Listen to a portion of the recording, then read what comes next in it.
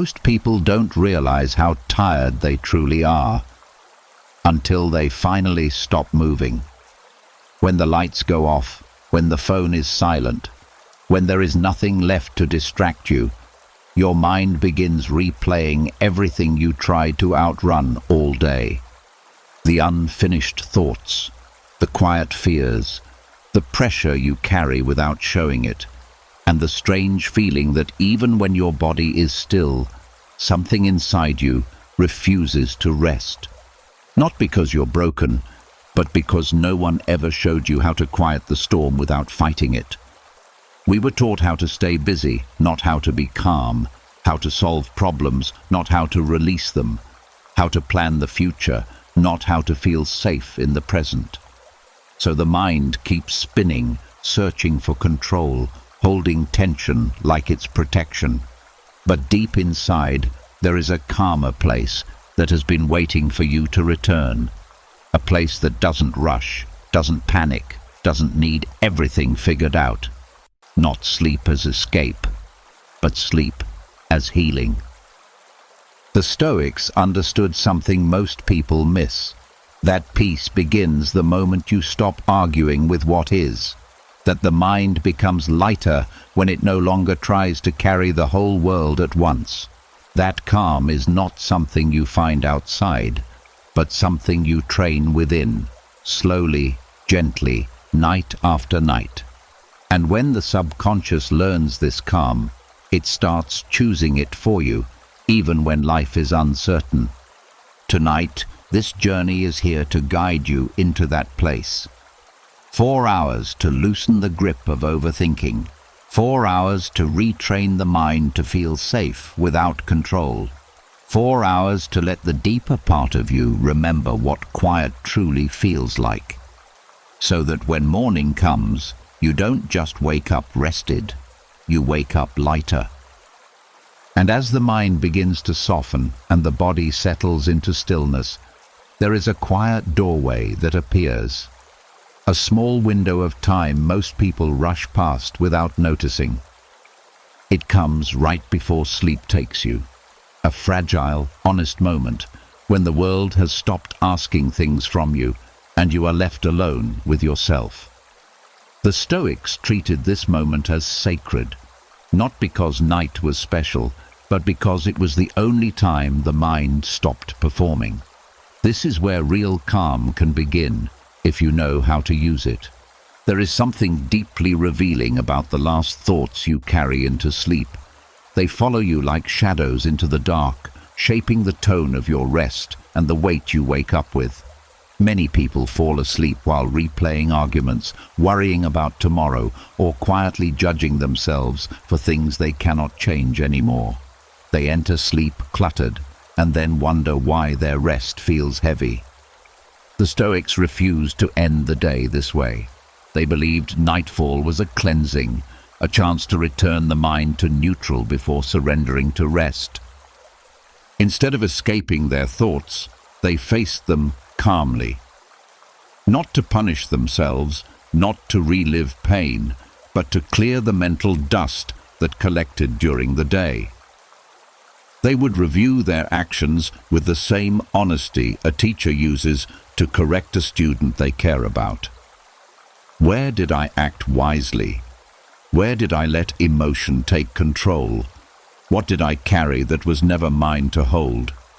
This practice was not about perfection, it was about accuracy, because a mind that sees clearly sleeps peacefully. What made this powerful was the absence of self-anger. Most people either ignore their mistakes or attack themselves for them. Both approaches keep the mind tense. The Stoics chose a third path, calm correction. When they noticed a failure, they treated it like a lesson already paid for. Something to learn from, not something to relive. This allowed the subconscious to release guilt instead of storing it. Over time, this built a quiet confidence, the kind that comes from knowing you are improving without needing to prove it. They also used this moment to return everything that did not belong to them. the harsh words of others, the expectations placed on them, the problems they could not solve in a single day. Carrying those into sleep would only drain tomorrow before it arrived. So they mentally set them down, as if placing heavy bags on the floor, not denying they existed, just refusing to drag them into the night. This simple act told the mind that rest was safe, that vigilance was no longer required. Another part of this reset was forgiveness, not dramatic forgiveness, not forced kindness, but quiet release. Holding resentment keeps the body alert, as if danger is still present. Letting go signals to the nervous system that the threat has passed. The Stoics understood that anger is exhausting to carry alone in the dark. By dissolving it before sleep, they prevented it from becoming tomorrow's mood. They chose peace, not because others deserved it, but because their own mind did. They also reminded themselves of something most people forget at night. The day is complete. There is nothing left to fix until morning. The human mind struggles with unfinished business, replaying tasks and conversations as if staying awake could somehow solve them. The Stoics trained themselves to close the day like a book, accepting that effort has limits. This created a sense of closure, a quiet signal that it was time to withdraw from the world and return to the self. What happens when this becomes a habit is subtle but powerful. Sleep stops feeling like collapse and starts feeling like renewal. You are no longer dragging yesterday into tomorrow. You are stepping into rest with a clear inner space, free from the noise that once followed you. Over time, the subconscious begins to expect this calm. It learns that night is not for rumination, but for restoration. So, as you lie here now, there is nothing you need to solve, defend, or carry. The day has already taken what it needed from you. What remains is simply the chance to release it. Let the mind loosen its grip on everything that tried to define you today. Let the silence clean what the noise stirred up. And allow this moment before sleep to become what the Stoics knew it could be. A quiet reset that prepares you to wake lighter than you were before. And as the mind clears the dust of the day and the weight begins to loosen, something else quietly remains beneath it all. The role you carried from morning until night. The version of you that had to respond, perform, decide, defend, explain, achieve. Even in silence, that identity can cling tightly, as if it's afraid to disappear. The Stoics understood that true rest does not begin when the body lies down, but when the self you presented to the world is finally allowed to step aside. This is where a deeper release becomes possible. There is a quiet discomfort that appears when the day ends and there is no one left to be for. No tasks, no conversations, no expectations pressing in. Just you, without the titles and responsibilities. Many people rush to fill this space with distraction because they do not know who they are without the noise. But the Stoics saw this moment differently. They saw it as a return, a chance to separate the real self from the temporary masks worn throughout the day. All day long, the mind builds a story about who you are. The competent one, the one who must hold everything together, the one who cannot afford to fail. These roles are useful in the daylight, but they are heavy to carry into the night. When they follow you into bed, the nervous system stays alert, as if tomorrow has already begun. Letting go of these roles tells the body that the performance is over. Nothing is required now. No one needs anything from you. You are allowed to exist without proving yourself. The Stoics practiced stepping back from their own identity, not to erase themselves, but to remember that they were more than their circumstances. They knew that the self tied to success or failure is fragile, easily shaken by events beyond control. By loosening that attachment before sleep, they prevented the day's outcomes from defining their inner state. Whether the day went well or poorly, they refused to carry that label into the next one. This protected their peace from being dictated by temporary events. Another part of this release was letting go of the judgments attached to the self. Thoughts like, "I should have done better," or "I am not enough," tend to surface at night when distractions fade. These judgments feel personal, as if they describe something permanent. But the Stoics viewed them as passing opinions of the mind, not truths. By observing these thoughts without agreeing with them, they weakened their hold. The mind learned that it could produce criticism without being believed. They also understood that identity often clings to control. The ego wants to manage everything, to anticipate every possibility, to prevent discomfort before it arrives. This constant monitoring keeps the body tense long after the day is over. Releasing the ego before sleep meant accepting that the world would continue without their supervision. Problems would wait. Outcomes would unfold in their own time. This acceptance allowed the nervous system to stand down, shifting from vigilance to restoration. There is also a quiet freedom in remembering that you are not the emotions you felt today. Frustration, pressure, sadness, even excitement. They moved through you, but they are not your essence. When you stop identifying with them, they lose their urgency. The Stoics practiced seeing themselves as observers of their inner weather rather than victims of it. This created distance, and in that distance, calm could settle naturally. As this habit deepens, sleep becomes less about escaping the day and more about returning to a stable center that was never damaged by it. You begin to sense a part of yourself that exists beneath roles, beyond success and failure, untouched by opinion.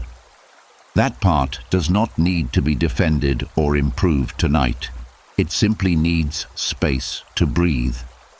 So as you settle further into stillness, allow the version of you that carried the day to step aside.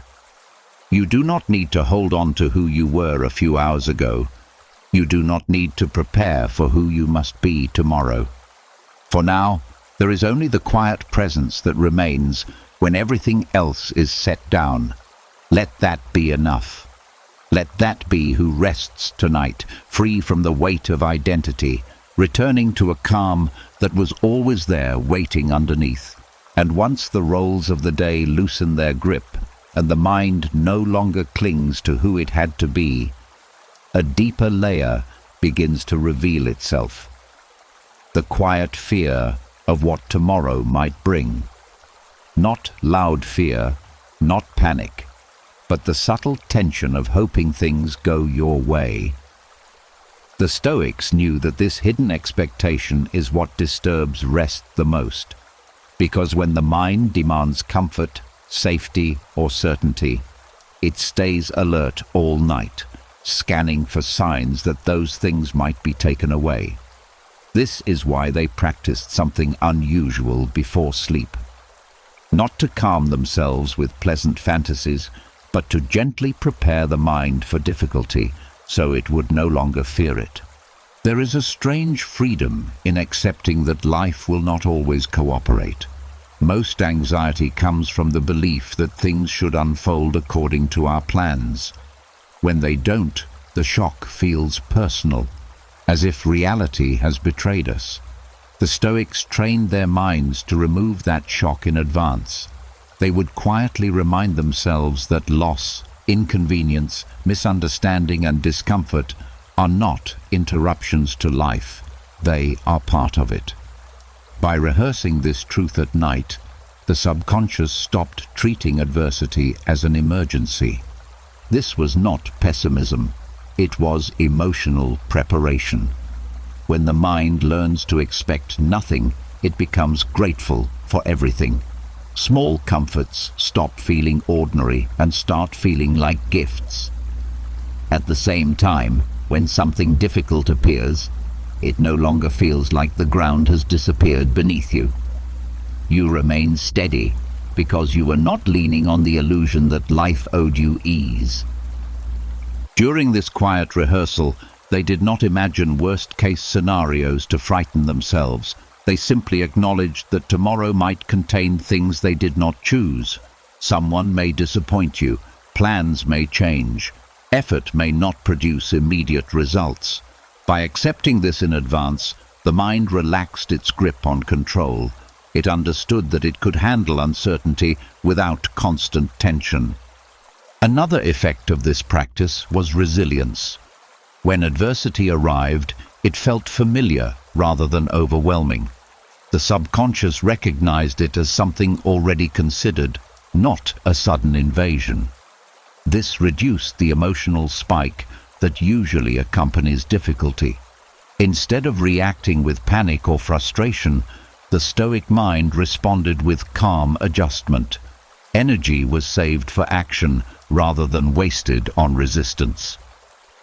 They also reminded themselves that adversity often reveals strength that comfort hides. Challenges expose patience, courage, creativity, and endurance, qualities that cannot develop in perfect conditions.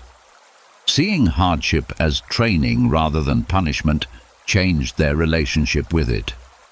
The mind stopped viewing difficulty as proof that something was wrong and started seeing it as proof that growth was happening. This rehearsal also dissolved the fear of loss. Much of human anxiety comes from imagining what would happen if something valuable disappeared: status, security, relationships, health. By acknowledging that nothing is permanently guaranteed, the Stoics freed themselves from clinging. They could appreciate what they had without living in terror of losing it. This created a quiet independence, a sense that their peace did not depend entirely on circumstances staying the same. As the body prepares for sleep, this mindset signals safety to the nervous system. If nothing is required to be perfect tomorrow, there is nothing to guard against tonight. Vigilance softens. The mind no longer feels responsible for predicting every outcome. It can finally rest, trusting that whatever comes will be met when it arrives, not before.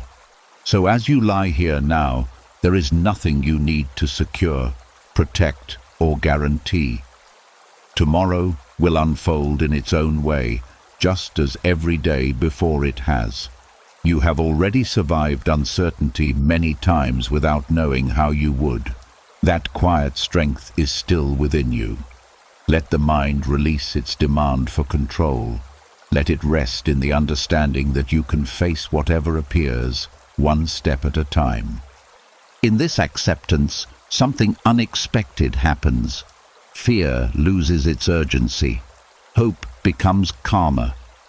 And sleep begins to feel like surrender, not defeat. A peaceful pause before meeting life again with steady eyes and an untroubled mind. And as the mind grows familiar with uncertainty and no longer trembles at the thought of discomfort, another quiet source of tension begins to surface. The effort of constantly being someone. The pressure to maintain an image, to defend a story about who you are, to hold together the version of yourself the world has learned to expect. Even in solitude, that effort continues, as if the performance never truly ends. The Stoics recognized this invisible strain. They saw that much of human unrest comes not from events themselves, but from the exhausting task of protecting an identity that was never meant to be permanent. There is a surprising relief in allowing yourself to be nobody for a while. Not in the sense of losing worth, but in the sense of setting down the labels that keep the mind rigid. The successful one, the strong one, the responsible one, the misunderstood one. Each of these roles demands energy to maintain. When you loosen your grip on them, something softer appears underneath. A self that does not need to prove, compare, or defend. This is where calm begins, because there is nothing left to protect. The Stoics practiced stepping outside their own story. They would remind themselves that they were simply a small part of a vast world, a passing life among countless others. This perspective did not diminish them, it freed them. When you stop placing yourself at the center of everything, the weight of constant self-concern fades. Problems feel smaller. Criticism loses its sting. Even praise becomes lighter, no longer something you must chase to confirm your value. Another reason this practice brings peace is that identity is often tied to expectation. When you believe you must always be a certain way, every situation becomes a test. If you fail, your sense of self feels threatened. By becoming nobody, you remove the pressure of constant evaluation. You are no longer measuring yourself against an image. You are simply present, responding to life as it unfolds, rather than as you think it should. There is also freedom in realizing that you are not required to carry yesterday's version of yourself into tomorrow. People change, priorities shift, understanding deepens. Clinging to an old identity can trap you in patterns that no longer fit.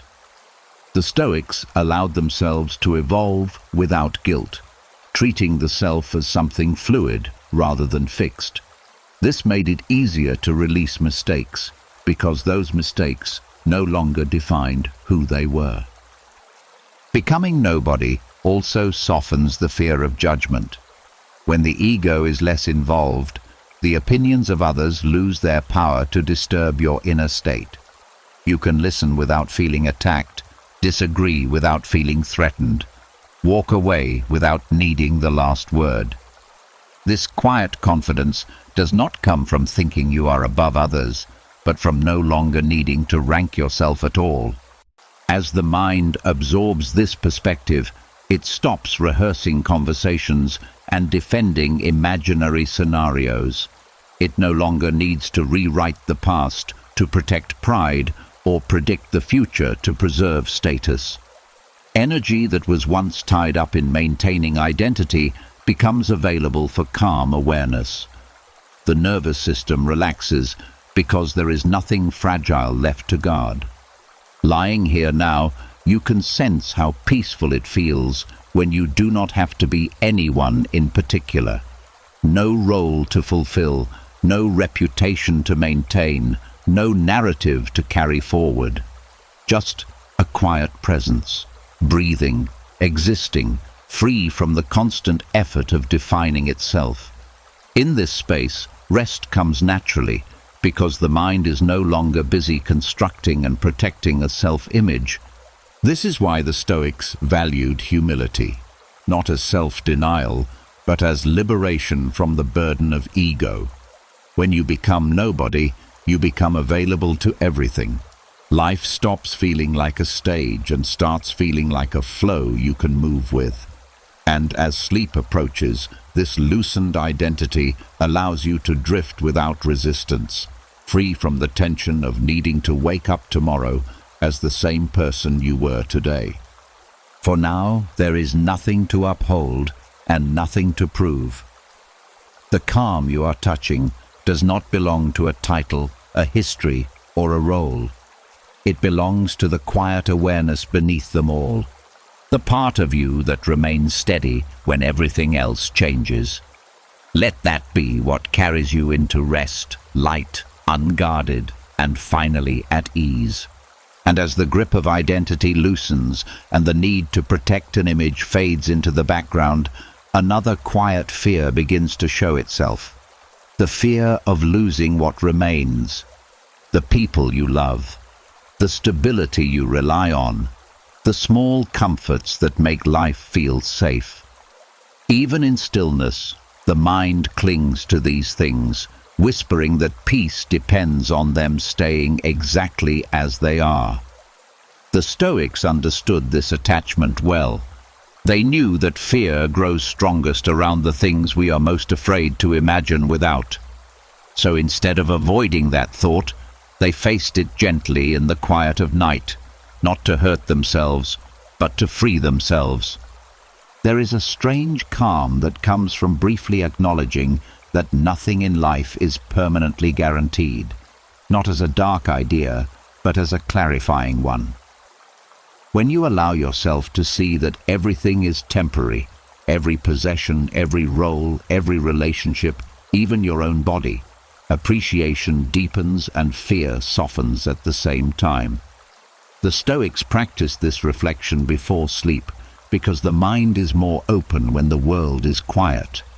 They would picture life without certain comforts, not to dwell on loss, but to remind themselves that their ability to endure did not depend on those comforts existing. This practice dissolves the illusion that happiness is fragile. Most anxiety comes from the belief that losing something will destroy you. By calmly imagining that possibility, the subconscious learns that survival is still possible. The imagined shock fades, replaced by a steady understanding that your core remains intact even if circumstances change. This removes the desperate need to control everything, because the mind is no longer convinced that loss equals collapse. It also transforms gratitude into something deeper. When you recognize that what you have could disappear, you begin to value it without clinging to it. A simple conversation feels richer. A quiet evening feels like a gift rather than something ordinary. You stop postponing appreciation for some future moment and start living inside it now. The Stoics believed this was the only way to truly enjoy life, by loving it without demanding that it stay the same. Another hidden benefit is courage. When loss is no longer unthinkable, it stops being paralyzing. You become less afraid to take risks, to speak honestly, to live fully. Fear shrinks because the worst has already been faced in the safety of your own mind. This does not make you cold or detached. It makes you steady. You can care deeply without being consumed by anxiety about what might happen. As the body prepares for sleep, this reflection signals to the nervous system that there is nothing to guard obsessively. If you can accept the possibility of change, you no longer need to stay tense, trying to prevent it. The mind releases its tight hold on the future. It understands that whatever comes will be met with the same quiet strength you are cultivating now. So as you rest here, you do not need to push these thoughts away or dramatize them. Simply acknowledge the fragile nature of life, and then let that awareness soften your grip on it. Nothing is being taken from you in this moment. You are only remembering that peace does not come from possession, but from resilience. The ability to remain steady even when the ground shifts. In this acceptance, fear loses its sharp edge. Love becomes calmer, presence becomes easier, and sleep arrives not as an escape from worry, but as a gentle surrender to the flow of life itself, trusting that whatever tomorrow holds, you will meet it with a quieter heart and a mind no longer haunted by the possibility of loss. And as the fear of loss softens and the mind no longer clings so tightly to what might disappear, another habit reveals itself: the restless urge to run ahead of life. The tendency to live in tomorrow before today has even ended. Plans, worries, unfinished tasks, imagined conversations, problems that have not yet happened. The body lies still, but the mind keeps moving, as if sleep were a delay instead of a necessity. The Stoics saw this clearly. They understood that peace at night requires a discipline most people never learn. The discipline of finishing the day from the inside, not just from the outside. There is a quiet exhaustion that comes from never mentally clocking out. Even when the work is done, The mind keeps drafting new scenarios, rehearsing what must be said, calculating what could go wrong. It believes this constant preparation will create safety. In reality, it prevents recovery. The nervous system stays in a low state of alert, as if dawn is already demanding your attention. The Stoics trained themselves to stop this forward chase. They reminded the mind that tomorrow is not a place you can prepare for tonight. Ending the day fully meant drawing a boundary in time, a clear inner signal that nothing else needed to be solved before morning. They treated night as a natural closing, like the setting of the sun, not something to resist, but something to follow. When the day was over, they allowed it to be over completely. Tasks left unfinished were accepted as part of being human, not as evidence of failure. This removed the pressure to mentally keep working in the dark. Another part of this discipline was refusing to carry tomorrow's responsibilities into the present moment.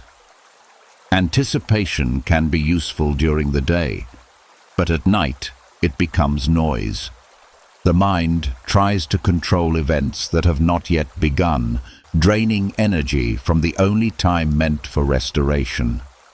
The Stoics practiced returning attention to what was actually happening. The quiet room, the steady breath, the simple fact of being alive without demands. This grounded awareness told the brain it could stop scanning for future threats.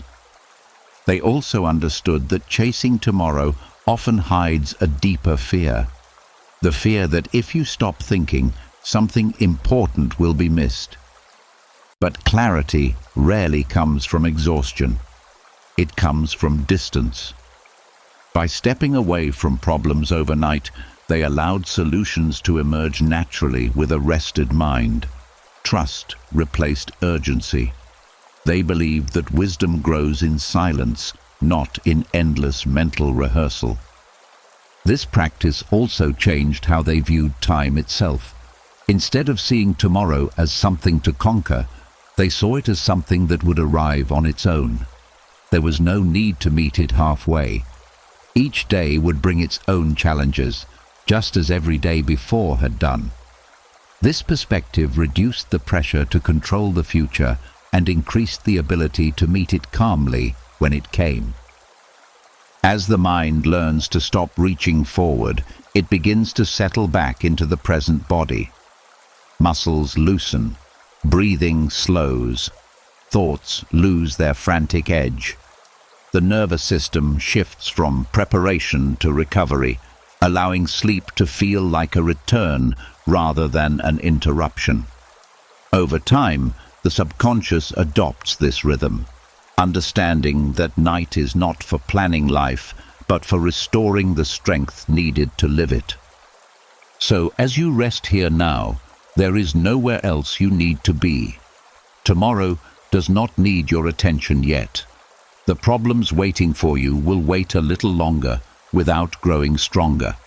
Let the day close behind you like a door that no longer needs to be held open. Let the future remain where it belongs, out of reach, untouched, free from your effort.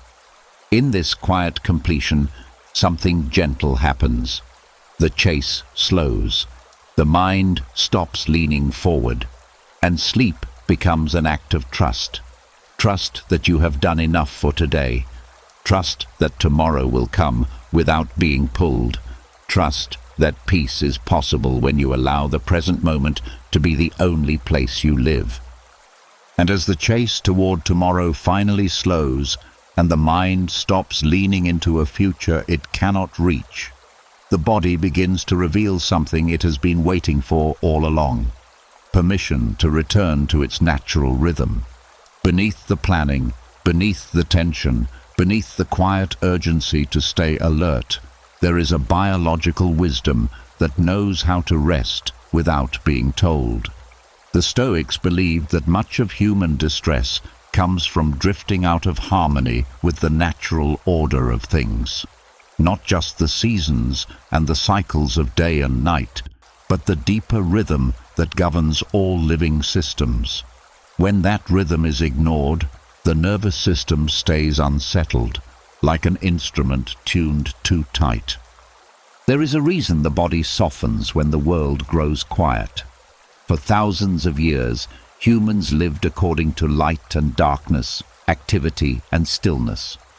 Night signaled safety, a time to withdraw from effort and recover strength.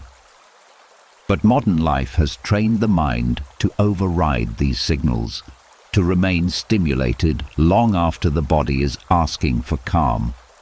The Stoics practiced the opposite. They welcomed night as a return to balance, a reminder that nothing in nature moves endlessly without pause. Letting the nervous system return to nature begins with acceptance of stillness, not forced relaxation, not techniques layered on top of tension, but simple allowance. The heart slows on its own when it senses that vigilance is no longer required. Muscles release when they no longer anticipate action. Breath deepens when it is not being monitored. This happens automatically when the mind stops resisting rest. The Stoics understood that peace often comes not from doing something new, but from stopping what is unnecessary. They also saw themselves as part of a larger whole, rather than isolated individuals struggling alone. This perspective dissolves the feeling that everything depends on you personally. The world continues to turn without your supervision. The night unfolds without needing your input. Stars move, air cools, life carries on in quiet cycles. When you remember this, the nervous system relaxes its grip. You are not holding the universe together. You are simply resting inside it. Another aspect of this alignment is trusting the body's intelligence. Many people treat their physical signals as inconveniences, fatigue, tension, heaviness, pushing through them as if endurance were the only virtue. The Stoics valued endurance, but not at the expense of wisdom. They believed listening to the body was part of living rationally. When tiredness arrives, it is not weakness speaking, but nature inviting recovery. Accepting that invitation restores balance faster than fighting it. There is also calm in synchronizing with the simple rhythm of breath, not controlling it, not turning it into a task, but noticing its steady rise and fall. Breath is the body's way of marking time without words. It reminds you that life is happening in quiet cycles, not in the frantic pace the mind creates. When attention settles here, thoughts lose urgency. The nervous system shifts from alertness to restoration, guided by a pattern older than any worry. As this alignment deepens, sleep begins to feel less like shutting down and more like rejoining a natural flow. You are not forcing yourself into unconsciousness. You are allowing the body to follow the same rhythm it has followed since the beginning of your life. The Stoics saw this as an act of humility, recognizing that nature knows how to sustain you better than your anxious mind does. So, as you lie here now, there is nothing you need to fix or accelerate. The day has ended in its own time, just as the sun sets without being pushed. Your body knows how to return to calm if you stop pulling it in the opposite direction. Let the world move at its own pace while you step out of the struggle to keep up. In this quiet surrender, something ancient awakens, a sense of belonging to the rhythm of life itself. And as that feeling spreads, the nervous system releases its last traces of resistance, guiding you gently toward rest. Not as an escape from the world, but as a peaceful return to it, steady, grounded, and finally at ease.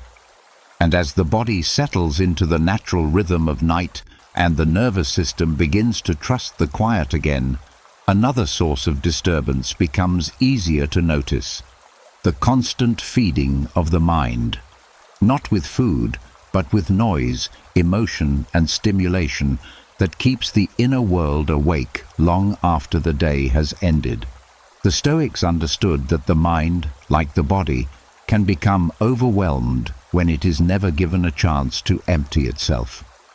Just as fasting allows the body to reset, they practiced a kind of mental fasting before sleep, stepping away from anything that stirred strong reactions or pulled them back into the chaos they were trying to leave behind. There is a hidden cost to ending the day with intense conversations, troubling information, or emotional entertainment. The body may be still, but the nervous system absorbs the energy of whatever the mind consumes. Anger, excitement, fear, comparison. These states linger, echoing in the background when the lights go off. The Stoics avoided this not because they were fragile, but because they valued clarity. They chose calm input in the final hours of the day, allowing the mind to cool rather than inflame. Mental fasting begins with the decision to stop taking in more than you can peacefully carry into the night. It means recognizing that not everything deserves your attention, especially when rest is near. The urge to check one more message, watch one more dramatic story, or replay one more argument feels harmless, yet it signals to the brain that activity must continue. Refusing that urge creates a boundary, a quiet declaration that the day's emotional intake is complete. This practice also trains the mind to be less dependent on constant stimulation. Many people fear silence because it exposes thoughts they have been avoiding. But when you gradually reduce the noise, silence becomes less threatening and more restorative. The Stoics welcomed this silence, seeing it as a cleansing space where the mind could return to its natural clarity. Without new impressions rushing in, old tensions lose momentum and begin to dissolve on their own. Another benefit of this fasting is emotional neutrality. When you stop feeding the mind with charged material, your inner state stabilizes. You are no longer riding waves of reaction created by external sources. This neutrality makes it easier to observe thoughts without being pulled into them. Sleep then arrives gently, without the residue of agitation that usually follows a day of constant input. They also understood that what you consume before sleep shapes the tone of your dreams and the mood you wake up with. Ending the night calmly prepares the subconscious to process the day without distress. It is like clearing a workspace before leaving, ensuring that tomorrow begins in order rather than confusion. Over time, this becomes a powerful habit, one that protects your peace without requiring effort once it is established. As you rest here now, there is nothing you need to absorb or react to. The world can continue without your participation for a few hours. Messages can wait. Stories can wait. Problems can wait. Your mind does not need to stay open to everything at all times. Closing the gate for the night is not avoidance, it is wisdom. In this quiet fasting, something gentle happens. The mind stops reaching outward and begins settling inward. Thoughts grow softer, less urgent, like echoes fading in a large room.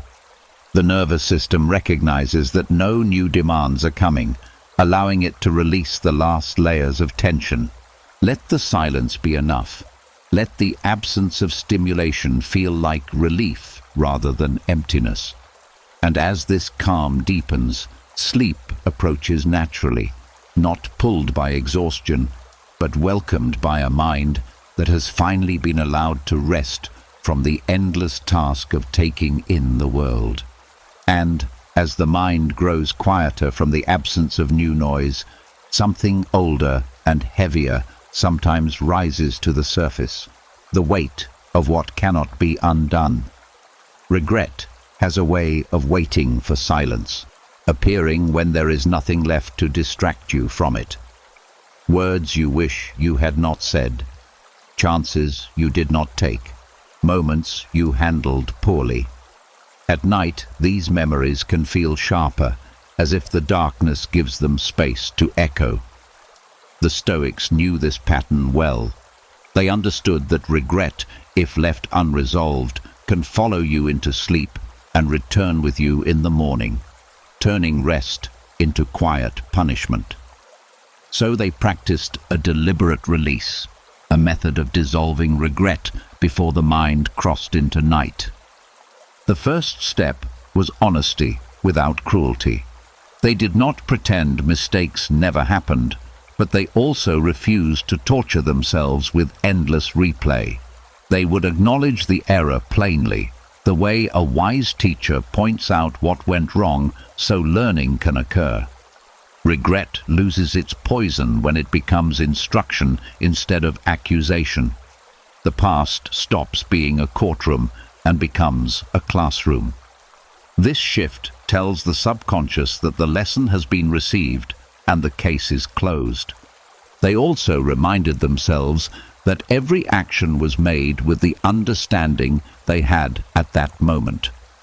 Growth changes perspective, making past choices appear foolish or careless, but that does not mean you had the awareness you possess now.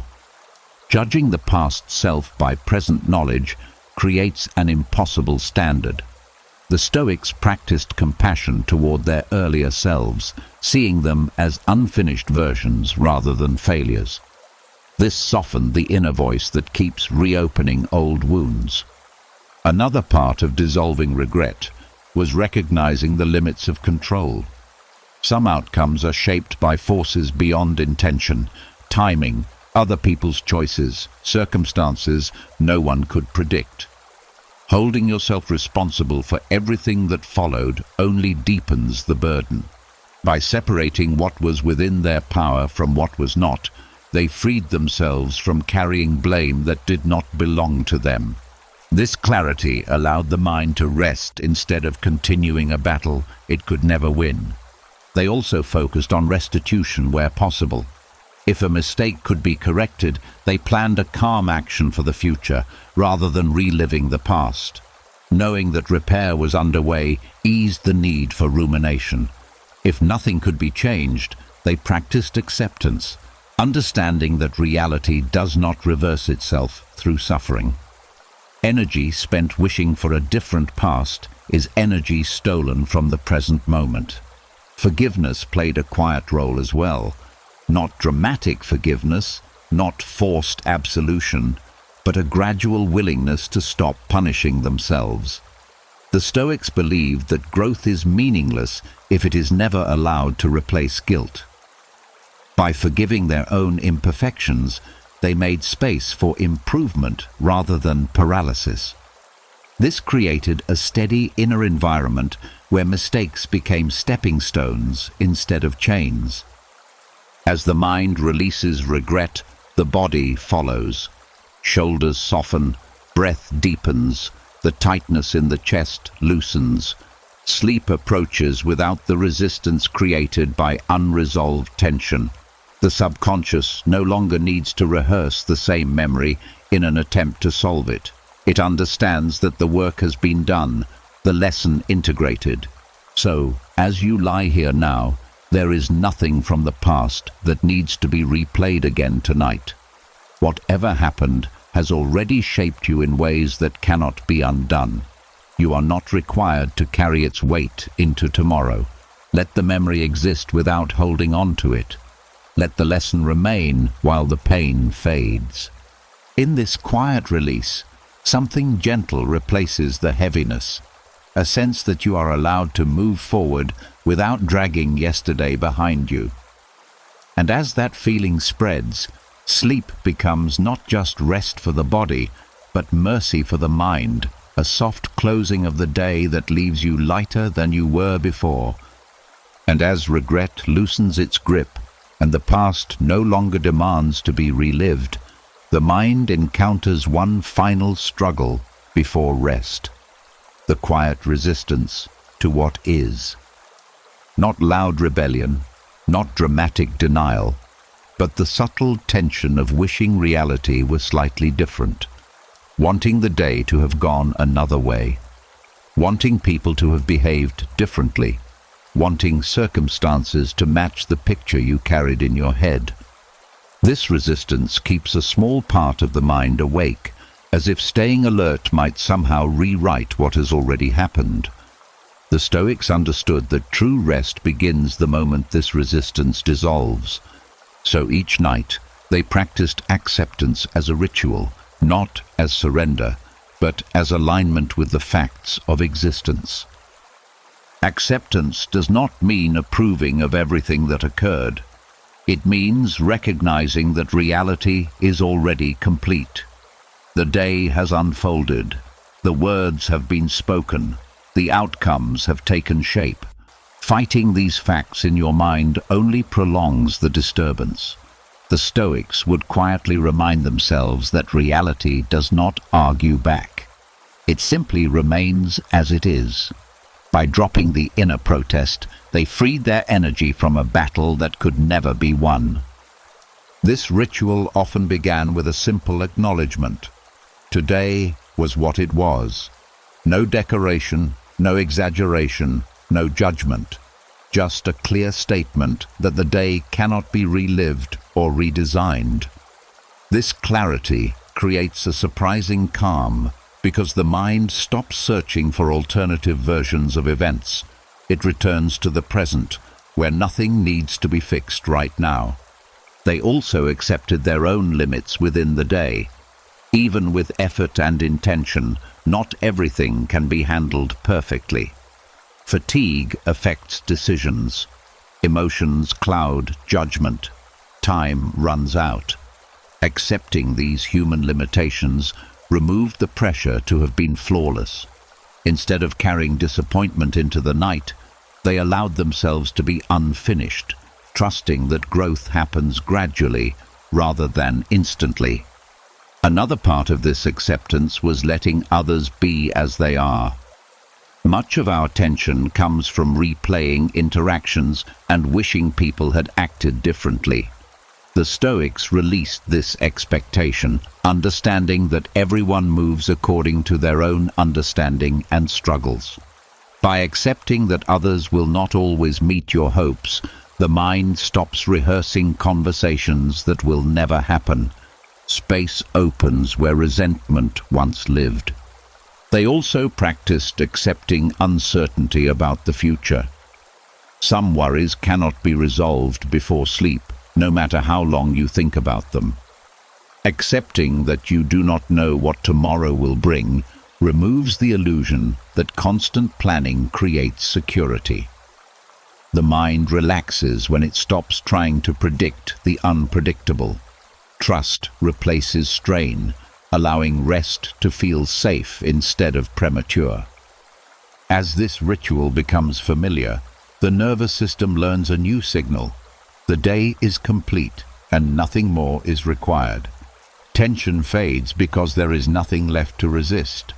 The body no longer prepares for conflict that exists only in thought.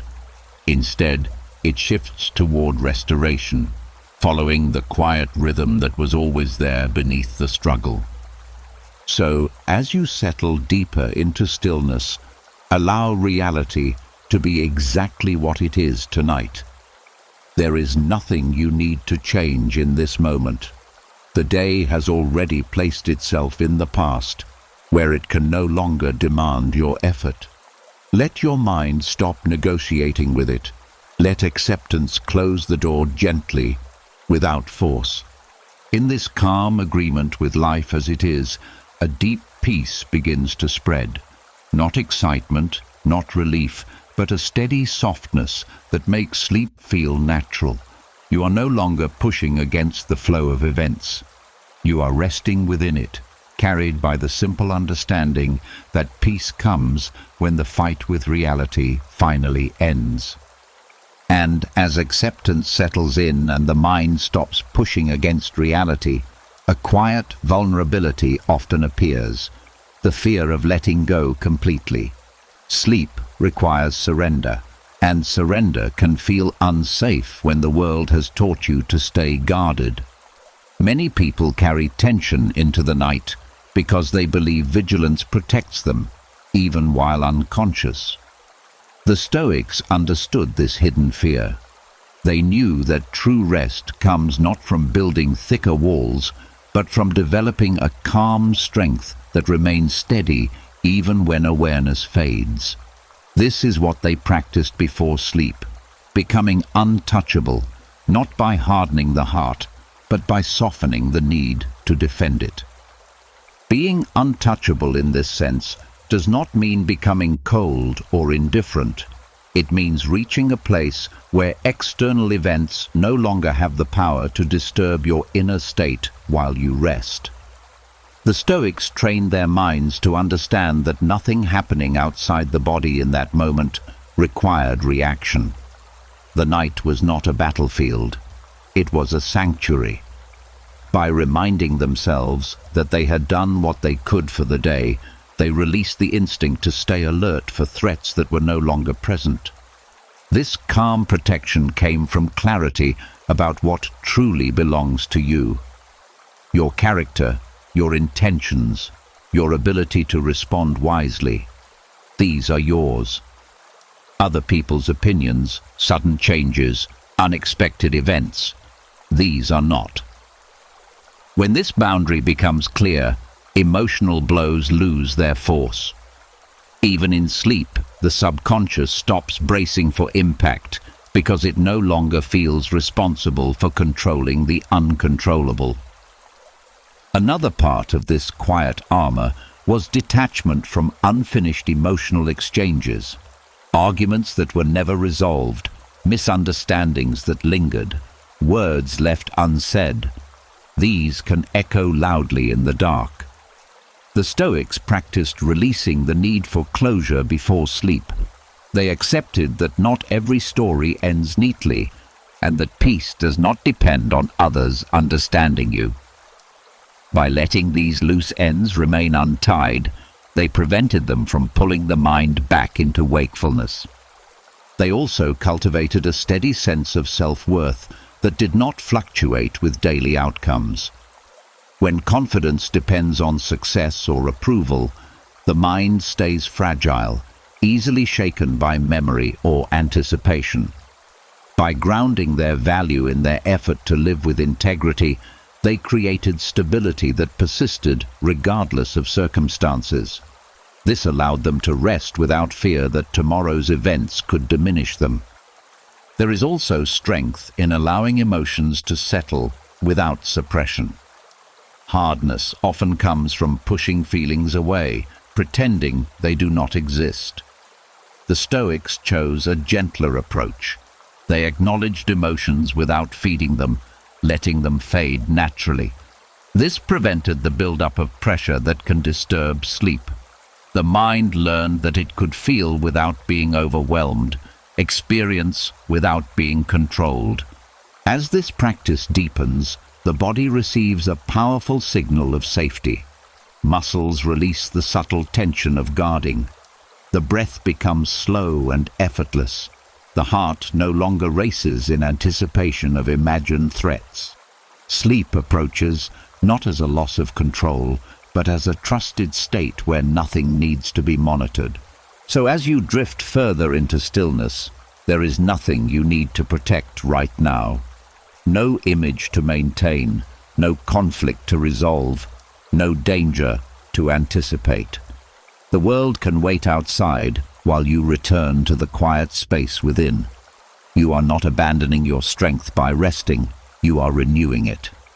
In this gentle untouchability, something peaceful emerges, a resilience that does not require effort to sustain, emotional armor that does not weigh you down. And as consciousness begins to fade, you carry this calm with you, protected not by tension or distance, but by the quiet understanding that your inner world remains steady, no matter what moves beyond it. And as that quiet sense of inner protection settles in, another subtle disturbance often tries to follow you into the night, the echoes of how you were seen today. The compliments that lifted you, the criticism that stung, the looks, the tones, the small moments of approval or disapproval that linger longer than they should.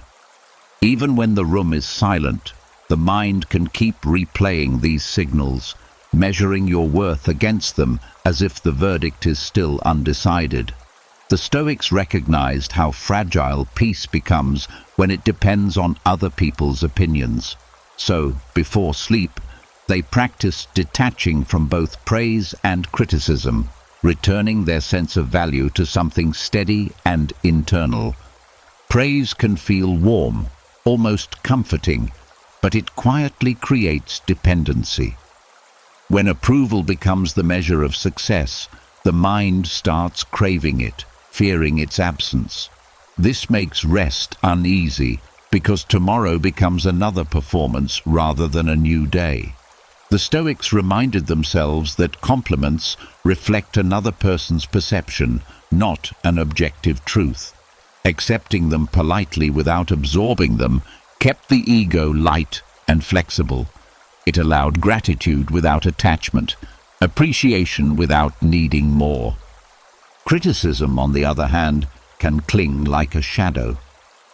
Harsh words replay with a sharpness that praise rarely carries. The mind tries to defend itself, constructing arguments long after the conversation has ended. The Stoics approached criticism differently. They examined it calmly to see if there was truth in it. If there was, they treated it as useful instruction. If there was not, they let it pass like noise carried by the wind. Either way, they refused to carry it into sleep as a personal wound. Detaching from these judgments created emotional neutrality. Instead of rising and falling with every opinion, the mind remained level, grounded in its own understanding of what mattered. This steadiness made it easier to release the day, because nothing said or unsaid had the power to define the night. Peace became something self-sustained rather than borrowed from others. They also reminded themselves that people speak from their own experiences, fears, and limitations. Praise can come from admiration, but also from expectation. Criticism can come from concern, but also from misunderstanding. Recognizing this prevented them from taking every comment as a final judgment. It softened the emotional charge attached to words, allowing them to fade naturally. Another quiet benefit of this detachment was freedom from comparison. When you are not measuring yourself through the eyes of others, there is nothing to prove and nothing to defend. The mind stops replaying moments to see how it was perceived. Energy returns inward, where calm can grow without interruption. As the body prepares for sleep, this release signals safety. There is no need to rehearse conversations or anticipate future reactions. The day's feedback has been acknowledged and set aside. What remains is simply the awareness that your character is shaped by your intentions and actions, not by applause or disapproval. So as you lie here now, allow every opinion from today to dissolve into the distance. The praise that inflated you and the criticism that weighed on you can both fade together, leaving you balanced and light. You are not required to carry those voices into the quiet. In this detachment, something peaceful takes root. A calm that does not fluctuate with approval or rejection. Sleep becomes easier because nothing from the outside world is pulling at your inner state. You drift into rest, not as someone evaluated or judged, but as someone simply existing, free from the need to be seen a certain way, held steady by a sense of worth that belongs entirely to you. And as the weight of praise and criticism fades into the background, one last echo sometimes lingers, the sharp memory of an insult. Not always loud, not always recent, but persistent enough to disturb the quiet. a careless remark, a disrespectful tone, a moment where someone tried to diminish you. These moments have a way of replaying at night, as if the mind is still trying to defend itself long after the situation has passed. The Stoics knew that reacting to every insult keeps you chained to the people who delivered it. So they trained their minds to become indifferent to offense, not by suppressing emotion, but by removing the meaning attached to the words. An insult only has power if it is accepted as truth. Most harsh words reveal more about the speaker's state than about the person receiving them. Anger, insecurity, frustration, misunderstanding, these are often hidden inside the tone. The Stoics practiced pausing before absorbing the message, asking whether the statement actually described them or simply reflected someone else's turmoil. This pause weakened the automatic reaction, teaching the subconscious that not every negative sound requires a defensive response. They also understood that dignity does not come from winning arguments or proving others wrong. It comes from self-command. When you refuse to be pulled into someone else's hostility, you remain in control of your inner state. Over time, this becomes a quiet strength that others cannot easily disturb. The subconscious begins to recognize insults as noise rather than danger, allowing the body to stay calm instead of preparing for conflict. Another part of this training was recognizing the futility of replaying the moment. The mind often revisits insults in an attempt to craft better responses, imagining what should have been said. But this mental rehearsal only reopens the wound. The Stoics chose to close the scene instead. Once the interaction ended, it was finished. Nothing gained from reliving it would change the past or improve the present. This decision protected their peace from endless repetition. They also practiced compassion toward those who insulted them, seeing such behavior as a sign of inner struggle rather than superiority. This perspective removed the sting, replacing resentment with distance. When you view hurtful words as symptoms rather than attacks, they lose their sharpness. The emotional charge dissolves, leaving only the awareness that someone else was not at peace in that moment. Over time, the subconscious learns a new pattern. Instead of tightening at the memory of an insult, it relaxes. Instead of replaying the words, it lets them fade. The nervous system stops treating these moments as threats that must be processed again and again. Sleep becomes undisturbed by echoes of conflict because the mind no longer sees them as unfinished business. So as you rest here now, there is no need to defend yourself against anything that was said. The words have already passed into silence. They cannot reach you here unless you invite them back. Let them dissolve like distant sounds fading into the night. In this quiet indifference, a deeper calm takes hold. You are no longer carrying the emotional weight of someone else's frustration.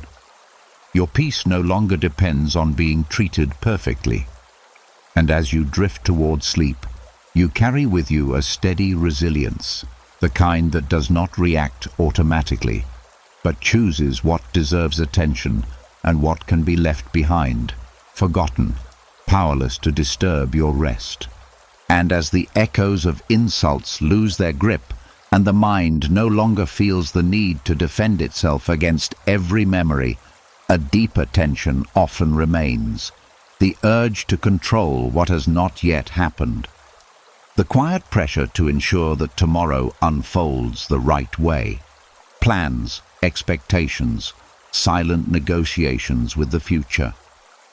Even in stillness, the mind keeps reaching forward, trying to secure outcomes before they exist. The Stoics saw this as one of the greatest barriers to peace. So each night they practiced releasing control, not because they stopped caring about life, but because they understood that control over outcomes was never truly theirs to begin with. There is a heavy exhaustion that comes from trying to manage what lies beyond your reach. You can prepare, you can act, you can hope, but the final result is shaped by countless forces outside your influence. Other people's decisions, timing, chance, the shifting nature of events. When the mind refuses to accept this, it stays tense, as if vigilance alone could guarantee success. Releasing control before sleep tells the nervous system that the work for today is finished, and the rest belongs to the unfolding of life itself. The Stoics focused on what was truly theirs, their effort, their intention, their character. Once those had been given honestly, they allowed the results to fall where they would. This created a quiet confidence because peace no longer depended on success or failure. You could rest knowing that you had done your part without needing to oversee the rest of the process. Another part of this practice was trusting time, not passive waiting, but a calm recognition that many things resolve only with distance. Problems that feel urgent at night often look smaller in the light of morning. Decisions become clearer after the mind has rested.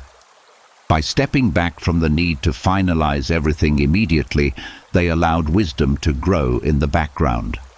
Sleep became part of the solution rather than an obstacle to it. They also released the fear of disappointment. Expectation can create anxiety by tying happiness to a specific outcome. When you loosen that tie, you become open to whatever unfolds, without the shock that comes when reality diverges from your plans. This flexibility protects emotional balance, allowing you to adapt rather than collapse when things change. Over time, this nightly release trains the subconscious to trust that life can be met step by step. You do not need to hold the entire future in your mind to navigate it. The body learns that safety does not come from prediction, but from resilience.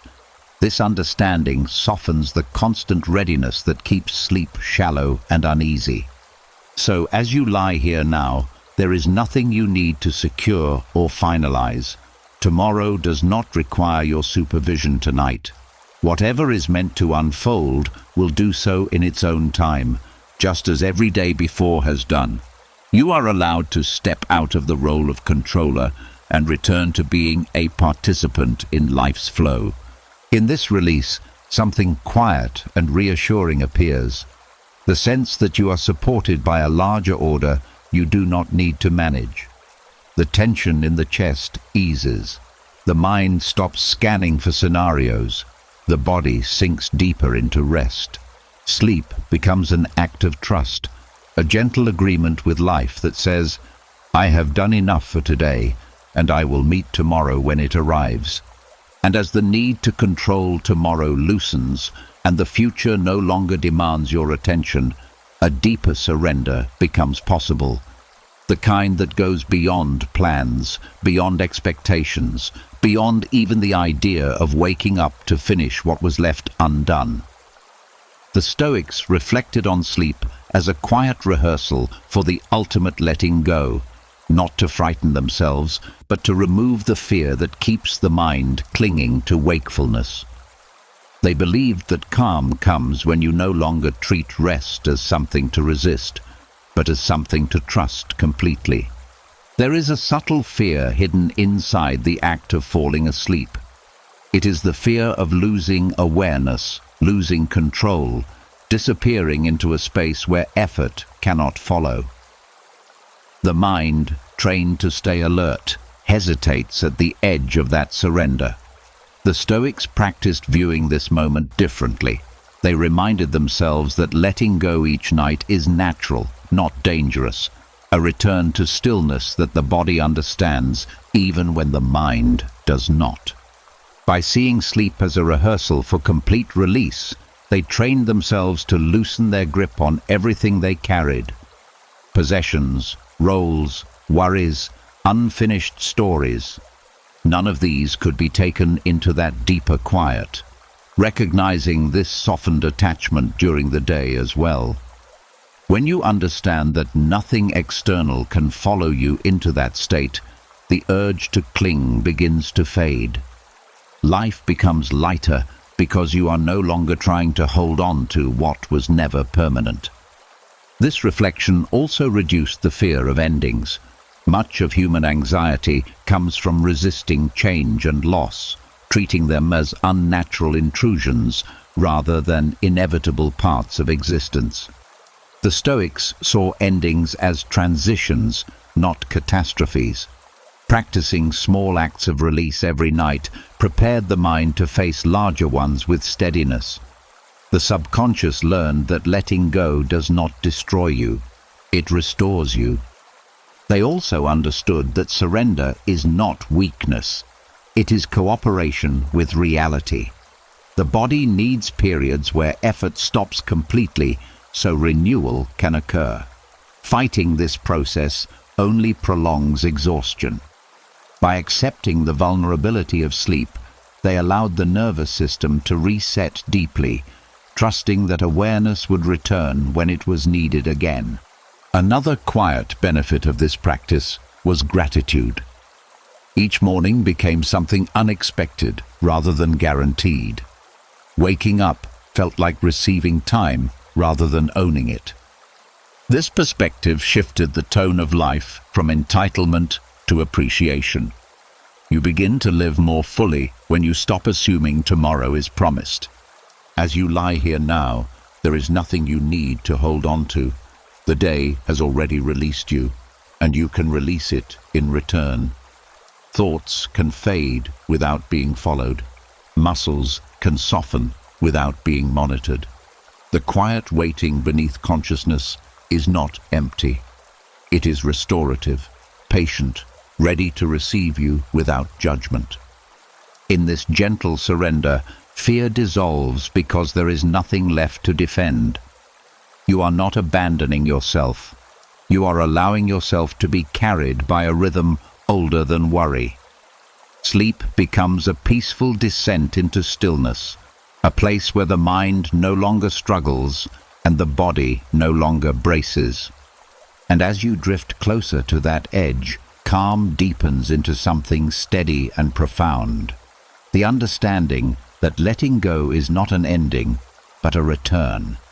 A quiet rehearsal for trusting life itself, where peace is not forced, but found in the simple act of releasing everything you no longer need to hold.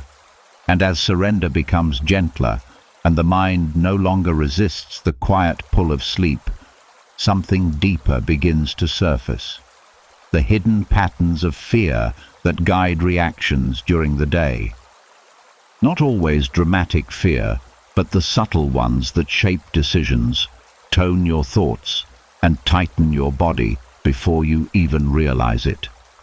Fear of failure, fear of rejection, fear of uncertainty, fear of not being enough.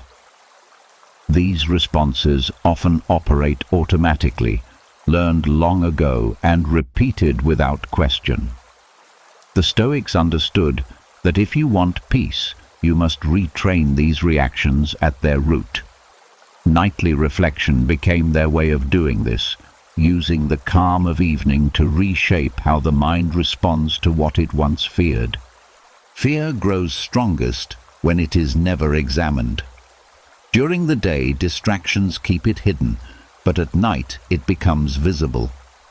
Instead of pushing it away, the Stoics faced it quietly, asking simple questions that loosened its grip.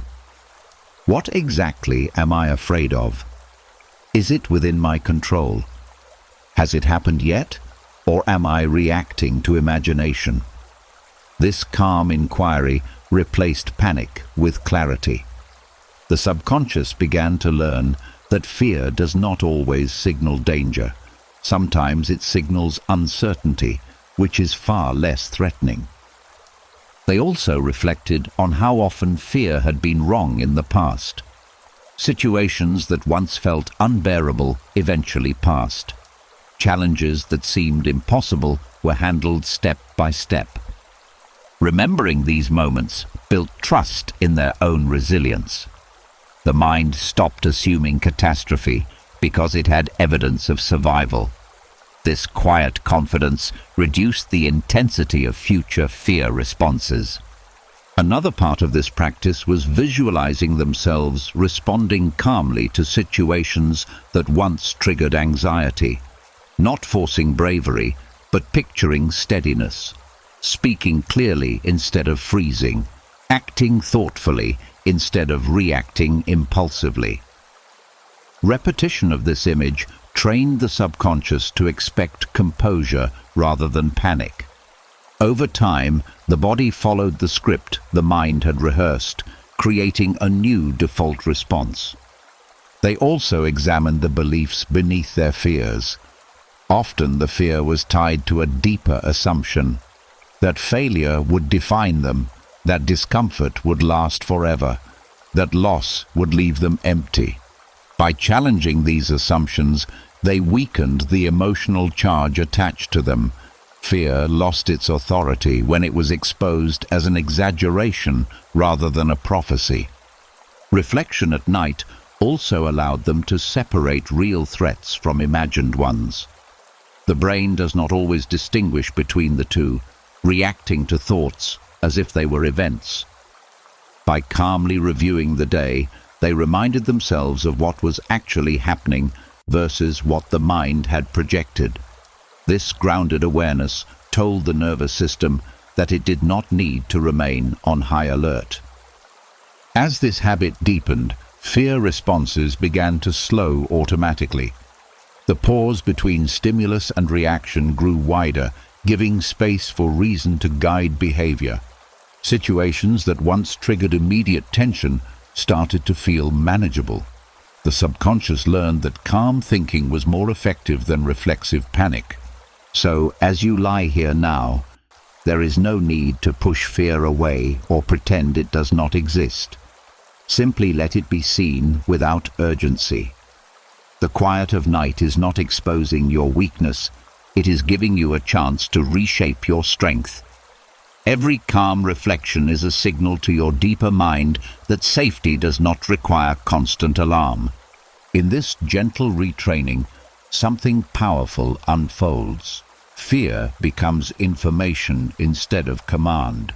Courage becomes natural instead of forced. And as sleep approaches, the body releases the vigilance it has been holding all day, trusting that the mind no longer needs to fight shadows in the dark. You drift toward rest, carrying a quieter confidence, the knowledge that each night you are rewriting the patterns that once controlled you, teaching your subconscious to meet life with steadiness, clarity, and a calm that grows stronger while you sleep. And as fear begins to loosen its hold and the mind no longer reacts to every shadow as if it were danger, another hidden source of tension quietly reveals itself. The sense of ownership that follows you into the night.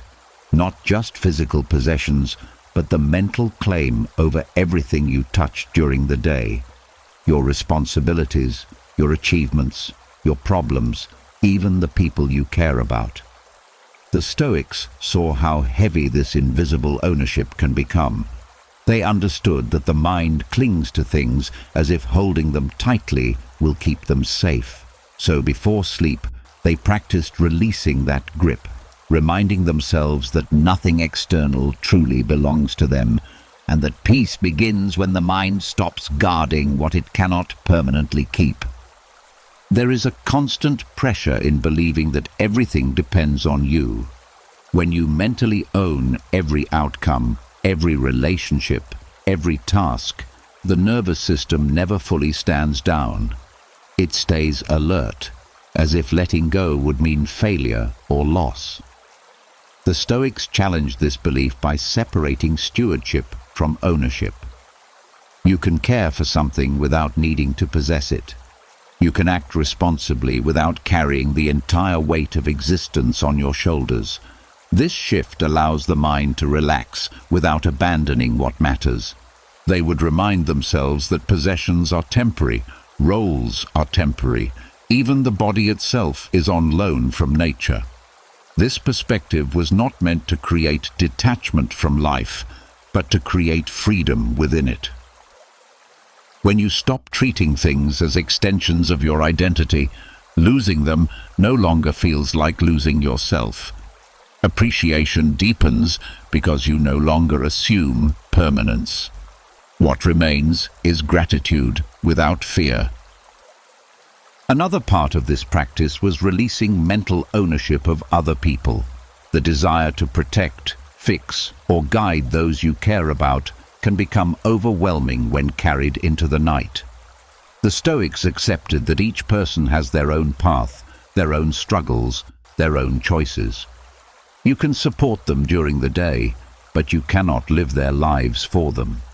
Letting go of this responsibility before sleep prevented endless worry about things beyond personal influence. They also released attachment to unfinished tasks, work left undone, decisions not finalized, goals still in progress. These can pull the mind back into activity long after the body has stopped. By acknowledging that completion is not required for rest, they allowed themselves to step away without guilt. Tomorrow would bring new effort, but tonight was for recovery. Owning nothing mentally also softened the fear of losing status or recognition. When identity is not tied to what you have or what you have achieved, there is nothing fragile to protect. The mind becomes lighter, less defensive, more open to change. Sleep arrives without the tension of needing to wake up and secure your place in the world again. As the body absorbs this release, muscles loosen in places you did not realize were tense. The jaw unclenches, the shoulders sink, the breath deepens. The nervous system understands that there is nothing to guard right now. Safety comes not from possession, but from presence. So, as you rest here, allow everything you carried today to be set down gently. The roles you played, the things you managed, the worries you held, none of them need to be protected while you sleep. The world will continue without your grip on it.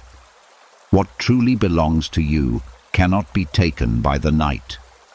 In this quiet freedom, something spacious appears inside you, a calm that comes from realizing you are not required to hold the universe together. Sleep becomes easier because there is nothing left to secure, nothing left to defend, nothing left to own. You drift into rest with empty hands and an unburdened mind, trusting that when morning comes, you can pick up only what is truly yours to carry, and leave the rest behind once more. And as the weight of ownership fades and the mind no longer feels responsible for holding everything together, a deeper realization begins to settle in. The understanding that peace was never meant to depend on what happens outside of you. For most of life, the brain is trained to chase conditions, the right outcome, the right response, the right environment, the right people behaving the right way. When those conditions are absent, calm disappears with them. The Stoics saw this as the root of endless unrest. So each night, they trained the mind to recognize something liberating.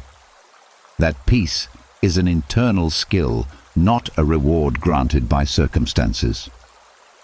There is a quiet anxiety in believing that something external must change before you can rest. It keeps the mind scanning for solutions, as if calm were a problem to solve rather than a state to return to. The Stoics reversed this habit by reminding themselves that the present moment, as it is already enough to be at peace within. The body lying safely, the breath moving without effort, the simple fact of existence continuing. These were treated as sufficient conditions for calm. Nothing extra was required. They practiced withdrawing attention from everything they could not influence in that moment. News, opinions, outcomes, distant possibilities, all of it was set aside like objects placed outside a closed door. This created a mental boundary where the inner world could stabilize without interference. Over time, the subconscious learned that peace did not require resolution of every issue. It could exist alongside uncertainty. Another part of this teaching was recognizing that external events only disturb you after the mind interprets them.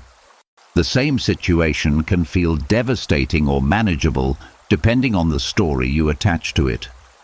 By observing thoughts without automatically believing them, the Stoics weakened the link between events and emotional reaction.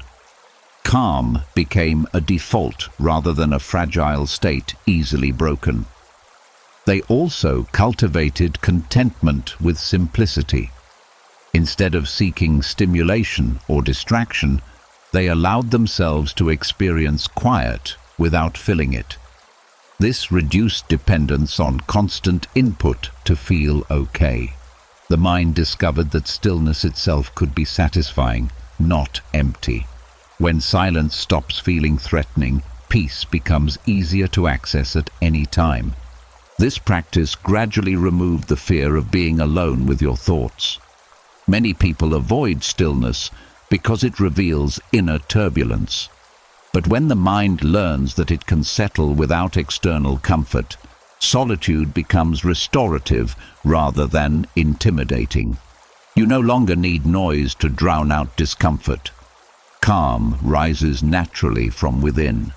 As the nervous system absorbs this lesson, it stops waiting for perfect conditions before relaxing. Muscles release even if problems remain unsolved. Breath deepens even if the future is uncertain. Sleep approaches because the body senses that safety does not depend on external control. So as you rest here now, there is nothing you need to obtain, fix, or arrange in order to feel at ease.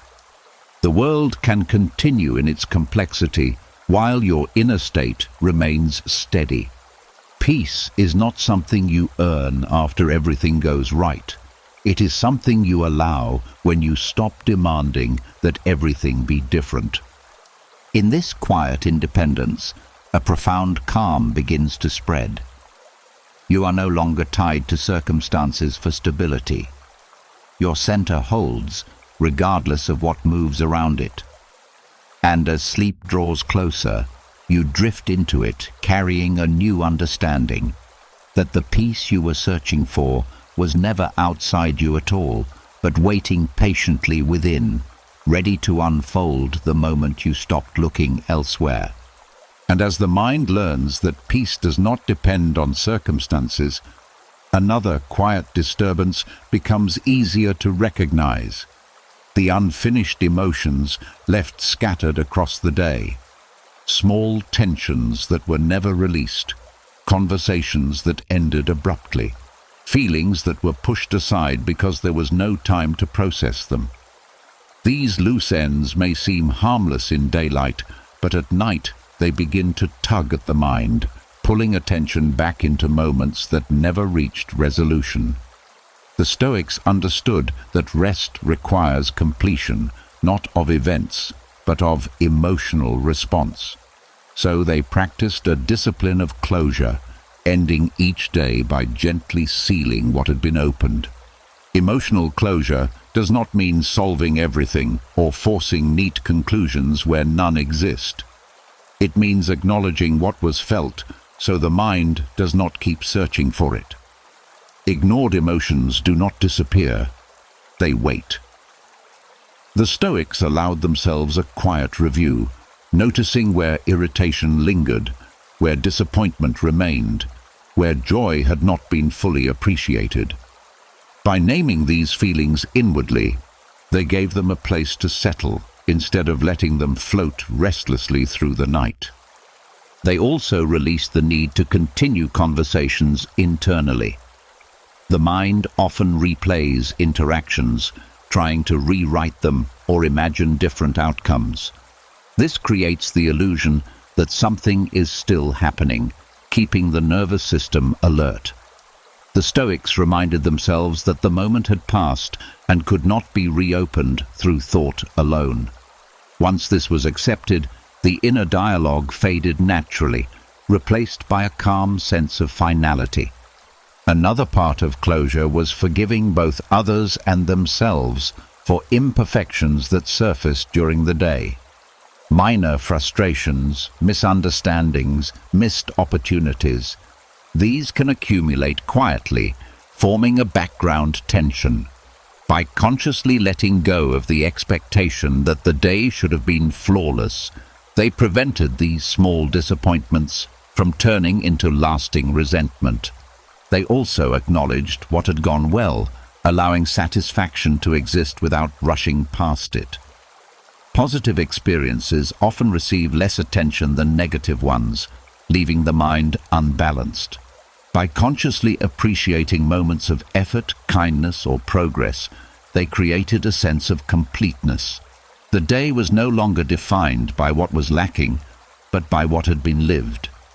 This discipline trained the subconscious to associate night with resolution rather than rumination.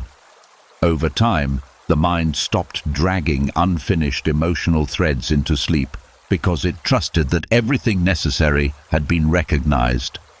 The nervous system responded by softening, no longer preparing for unresolved conflict. As you lie here now, there is nothing from today that needs to remain open. Every feeling has been experienced enough. Every moment has moved into the past where it belongs. You do not need to keep any part of the day alive in your thoughts. Let the conversations end. Let the tension dissolve. Let the emotional weight slip away as if it were never meant to be carried beyond sunset. What remains is a quiet completeness, the sense that today has reached its natural conclusion. In this calm closure, sleep becomes a gentle transition rather than an escape. You are not running from the day, you are finishing it with care. And as you drift deeper into rest, you carry nothing unfinished with you, only the quiet understanding that tomorrow can begin fresh, because tonight you allowed today to end. And as the day closes without emotional residue, and the mind no longer clings to what has already passed, another subtle attachment begins to reveal itself. The quiet dependence on comfort. Not just physical comfort, but the expectation that life should feel easy, predictable, and pleasant in order for you to remain calm. When comfort becomes a requirement, any small discomfort feels like a threat. The Stoics saw how fragile this made the mind, so they trained themselves to loosen that dependency, teaching the subconscious that peace does not vanish the moment conditions become less than ideal. There is a hidden tension in constantly seeking softness. The mind scans for inconvenience, reacting to minor disruptions as if they were serious problems. A delayed plan, an uncomfortable feeling, a change in routine. These small shifts can create unnecessary stress when comfort is treated as a right rather than a passing state. By practicing indifference to comfort, the Stoics built resilience that did not depend on circumstances remaining gentle. This did not mean rejecting comfort or punishing themselves. It meant refusing to let comfort define their emotional stability. They reminded themselves that discomfort is temporary and survivable, not an emergency. By calmly acknowledging unpleasant sensations instead of resisting them, they reduced their power. The subconscious learned that it could remain steady even when conditions were imperfect. Another part of this training was appreciating simplicity. When you stop needing constant stimulation or luxury to feel at ease, ordinary moments become sufficient. A quiet room, a steady breath, a simple sense of being alive. These become enough. This shift reduces anxiety because there is less to protect and less to lose. Contentment becomes portable, something you carry within, rather than something you must recreate outside. They also practiced accepting physical discomfort without dramatizing it. A restless moment, a change in temperature, the minor aches that come with being human, these were observed rather than fought. The body often settles faster when the mind stops labeling sensation as a problem. This calm observation signals safety to the nervous system, allowing it to relax instead of escalating tension. Over time, the subconscious begins to interpret discomfort differently. Instead of triggering resistance, it registers as part of the normal range of experience. This prevents the cascade of worry that often follows minor unease. Sleep becomes easier because the mind is no longer alarmed by small irregularities in the body or environment. There is also freedom in knowing that your peace does not depend on perfect conditions. Life rarely arranges itself exactly as you prefer. When your calm is independent of comfort, you become adaptable, able to remain steady through change. This adaptability is what allows deep rest, because the mind no longer fears disturbance. So as you lie here now, there is no need to chase the perfect feeling before you can relax. Whatever sensations are present can exist without being corrected. You do not need to adjust everything to be at ease. Your calm does not require softness, silence, or certainty. It simply requires permission to be here without resistance. In this quiet indifference, something strong and gentle appears at the same time. A resilience that does not harden you, but frees you. Sleep approaches not because everything is comfortable, but because nothing is being fought. You drift into rest, carrying a steady calm that remains even when life shifts, grounded in the understanding that peace belongs to you, not to the conditions around you. And as the need for comfort loosens and the mind proves to itself that it can remain steady even when conditions are not perfect, a deeper fear quietly steps forward. The fear of losing everything at once. Not just small inconveniences, but the foundations you lean on: stability, security, relationships, identity, the familiar structure of your life. This fear often lives in the background, shaping decisions and creating tension without being spoken. The Stoics did not avoid this thought. They approached it calmly, preparing the mind in advance so that loss, if it ever came, would not shatter their inner world. There is a fragile anxiety in believing that your peace depends on everything staying the same. When stability feels permanent, even the possibility of change becomes threatening. The Stoics trained themselves to see life as fluid rather than fixed.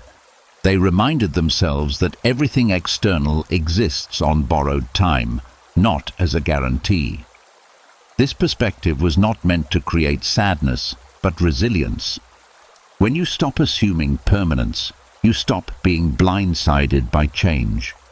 They would reflect on the idea that if circumstances were stripped away, their character would remain. Skills could be used again. Strength could be rebuilt. Meaning could be found in new forms. This shifted confidence away from possessions and outcomes toward inner capacity. The subconscious began to understand that identity does not collapse when circumstances do. Another part of this preparation was trusting adaptability. Humans have an extraordinary ability to adjust, even when situations appear unbearable at first.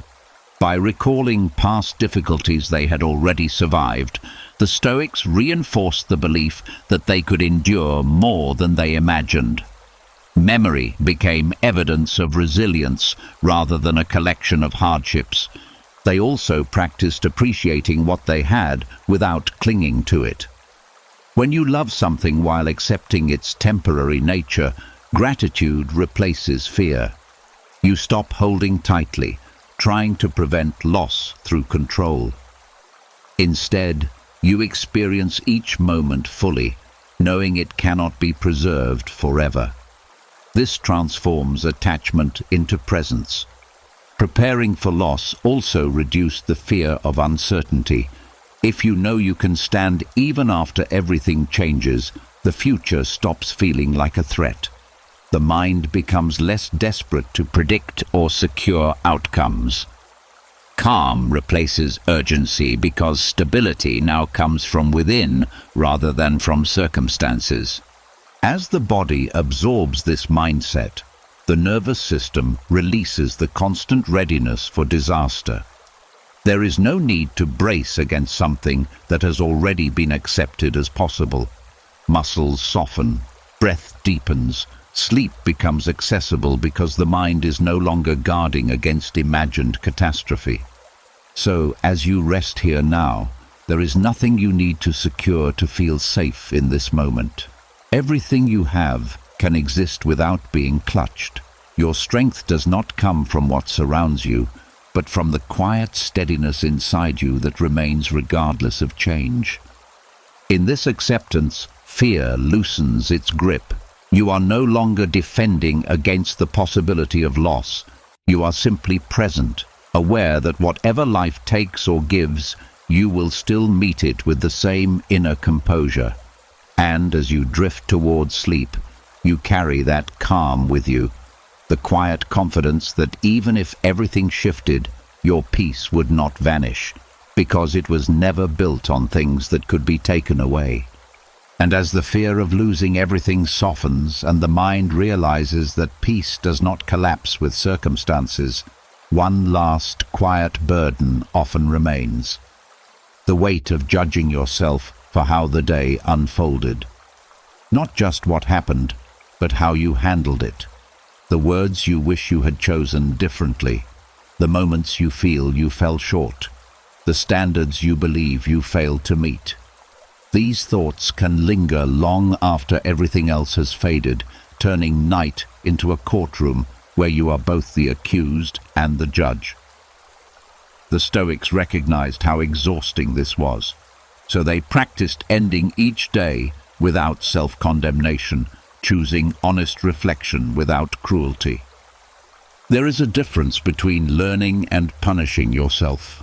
Self-judgment often disguises itself as responsibility, but it rarely leads to growth. Instead, it traps the mind in regret, replaying scenes that cannot be changed. The Stoics approached their mistakes with calm clarity. They asked what could be improved, but they did not attack their own character. An error was treated as information, not as proof of inadequacy. This allowed progress without emotional damage. They also understood that perfection is not a human condition. Expecting flawless behavior creates a constant sense of failure because reality will never match that expectation. By accepting that missteps are part of being alive, they removed the shock and disappointment that usually follow them. The mind became more forgiving, less reactive, more focused on direction rather than flawlessness. Another part of this practice was recognizing effort. Even when outcomes were imperfect, effort still mattered. Trying to act with patience, trying to remain calm, trying to do what felt right. These attempts were acknowledged instead of dismissed. This balanced perspective prevented the mind from magnifying only what went wrong while ignoring what was done well. They also released comparison. Measuring your day against someone else's life or against an imagined ideal creates unnecessary pressure. The Stoics returned attention to what was within their control, their own choices, their own intentions, their own growth. This narrowed focus brought relief because the standard became internal rather than external. Ending the day without self-judgment also meant allowing unfinished growth. You do not have to become everything you hope to be in a single day. Change happens gradually through repeated effort and reflection. By giving themselves permission to continue learning tomorrow, they prevented impatience from turning into self-criticism. As this habit deepened, the subconscious began to associate night with acceptance rather than evaluation. The nervous system relaxed because it no longer anticipated an internal interrogation. Sleep came more easily when the mind felt safe from its own harshness. So as you lie here now, there is nothing you need to prove about today. You are not required to replay every moment searching for faults. Whatever could be learned has already been learned. Whatever could not be changed no longer needs attention. Let the day be human, imperfect, complete in its own way. Let yourself step out of the role of judge and return to simply being someone who lived, tried and moved through time as best as they could. In this quiet acceptance, a gentle calm spreads through the body. The tension of self-criticism dissolves, replaced by a steady compassion toward yourself. You drift toward sleep, not as someone who must correct everything, but as someone allowed to rest and begin again when morning comes. And in that rest, you carry a deeper understanding that peace grows not from flawless days, but from the kindness you offer yourself when the day is done. And as self-judgment fades and the mind no longer turns the night into a place of accusation, another quiet disturbance often steps forward, the restless swirl of anxiety. Not always tied to something specific, just a sense that something might go wrong, something might be forgotten, something might be waiting around the corner. Anxiety feeds on uncertainty, and nighttime gives it space to speak louder. The Stoics knew that trying to silence it with distraction only made it return stronger. So they used reason as a calming light, guiding the mind back from imagined threats to what was actually real. Anxiety often begins when thoughts move faster than facts. The mind jumps ahead, creating scenarios that feel urgent even though they have not happened. The Stoics slowed this process by asking simple, grounding questions. What is actually happening right now? What evidence supports this worry? Is there something I can act on at this moment? Or is this only anticipation? These questions pull attention back from the future into the present, where most fears lose their intensity. They also separated possibility from probability. Just because something could happen does not mean it will. The anxious mind treats every unlikely outcome as if it were certain, keeping the body in a state of readiness. By calmly reminding themselves of how rarely worst-case scenarios actually unfold, they weakened this habit. The subconscious began to understand that fear does not equal prediction. Another part of rational thought was recognizing what was within control and what was not. If a situation required action, they planned a simple next step and left it for tomorrow. If it did not, they consciously released it. This prevented the mind from circling endlessly around problems it could not solve at night. Sleep became possible because the brain was no longer trying to resolve the unresolvable. They also questioned the usefulness of worry itself. Anxiety often claims to be protective, as if constant alertness will prevent pain. But the Stoics saw that excessive worry drains energy without improving outcomes. By noticing that calm thinking leads to better decisions than panic, they trained the mind to value steadiness over agitation. Over time, this nightly reasoning created a new pattern. Instead of spiraling into fear, the mind paused automatically, checking reality before reacting. The nervous system followed, lowering its alarm because the perceived danger had been examined and found manageable. As you lie here now, there is nothing you need to solve in this moment. Whatever requires action can wait for the clarity of morning. The present is quiet, and in this quiet there is no immediate threat. Your body is allowed to rest because there is nothing chasing you here. Let thoughts slow to the pace of breath. Let reason stand where worry once rushed ahead. The future does not need to be rehearsed tonight. It will unfold whether you analyze it or not. In this calm clarity, anxiety begins to dissolve, not by force, but by understanding. You drift towards sleep with a steadier mind, grounded in what is real instead of what is imagined. And as rest deepens, you carry a quiet confidence, the knowledge that when fear rises again, you will meet it with reason, patience, and a calm that cannot be shaken by shadows that never arrive. And as anxiety softens under the light of reason and the mind no longer rushes to solve tomorrow before it arrives, a deeper stillness becomes possible. The ability to step back and watch your life instead of being pulled by every moment inside it. Most days are lived from the inside of experience, reacting, responding, absorbing everything as if it must be carried personally. The Stoics practiced something quieter at night. They became observers of their own lives, not to detach from living, but to see clearly without emotional turbulence. In that distance, calm naturally appeared. There is relief in realizing that not every thought needs to be believed, and not every feeling needs to be followed. When you observe instead of react, space opens between you and what is happening. The Stoics treated this space as freedom.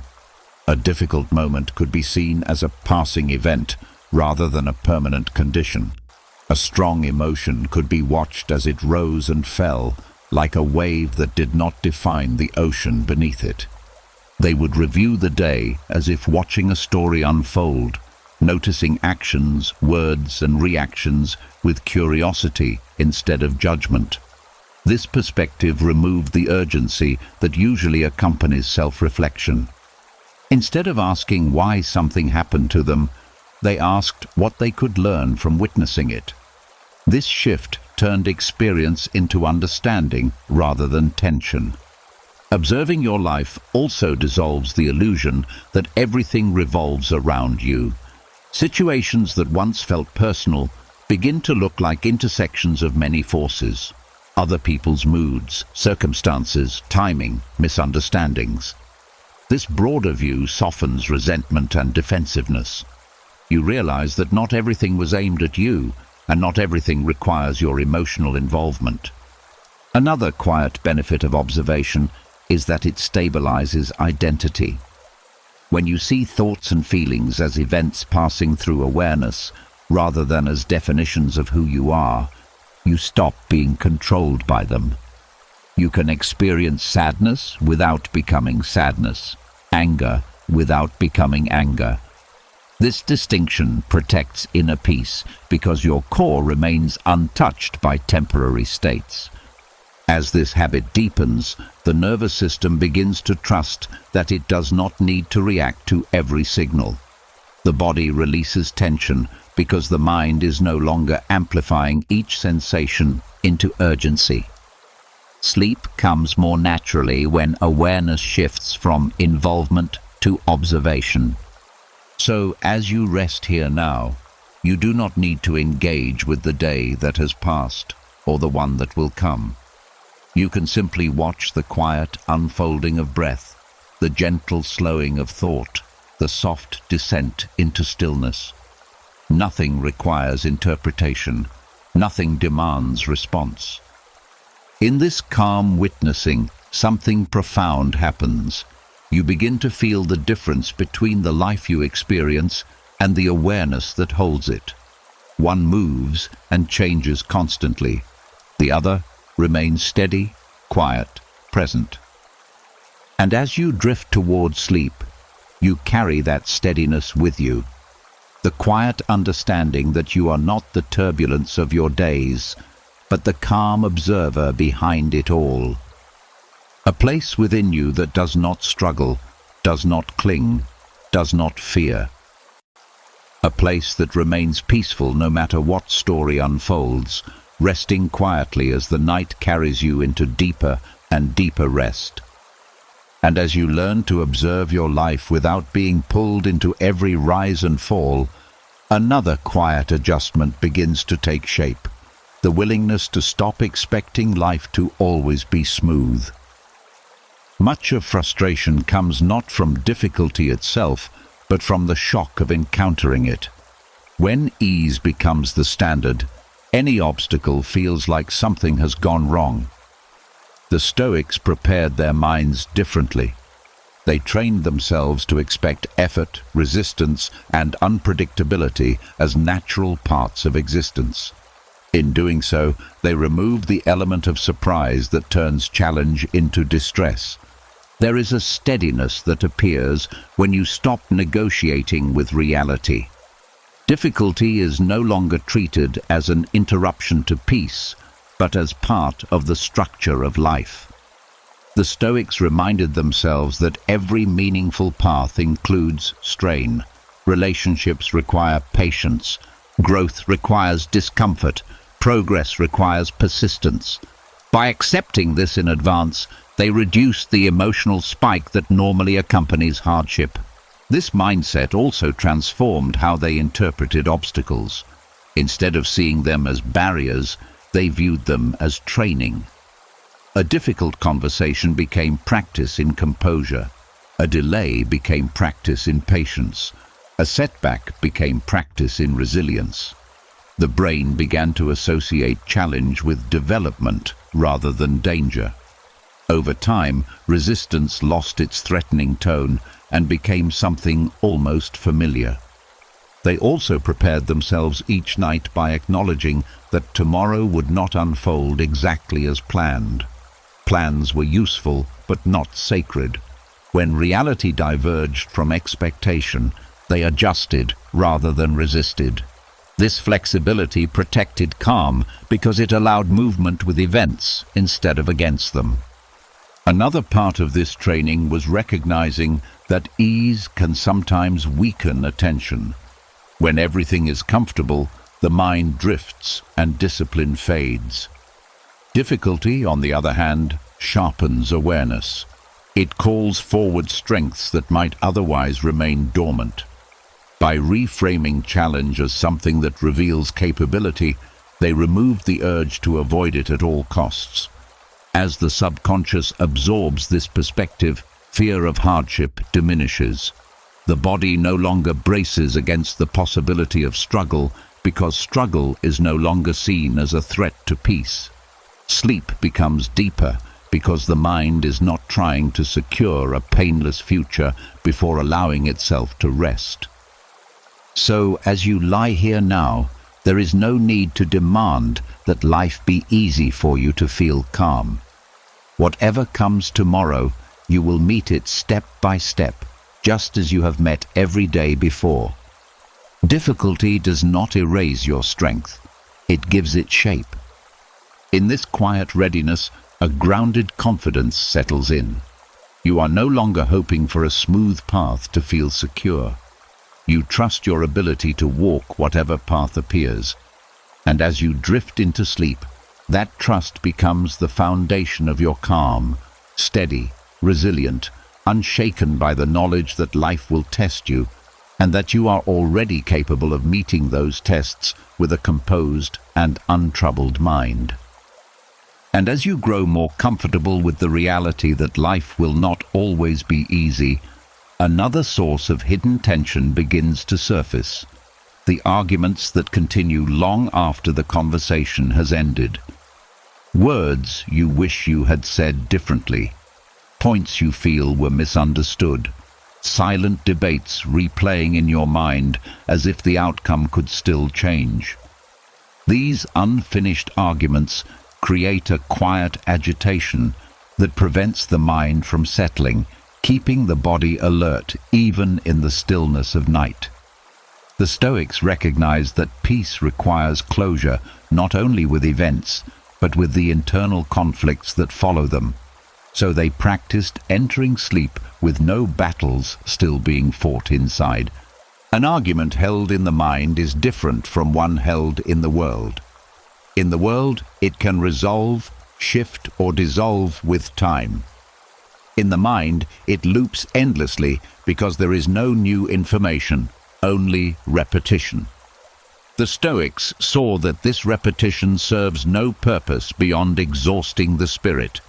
By acknowledging that the exchange had already finished, they removed the illusion that continued thinking could change what was said or done. They also questioned the need to win every dispute. The desire to be right can keep the mind entangled long after the situation no longer matters. The Stoics valued peace over victory, understanding that proving a point is rarely worth the cost of inner calm. When you release the need to dominate the narrative, arguments lose their grip naturally.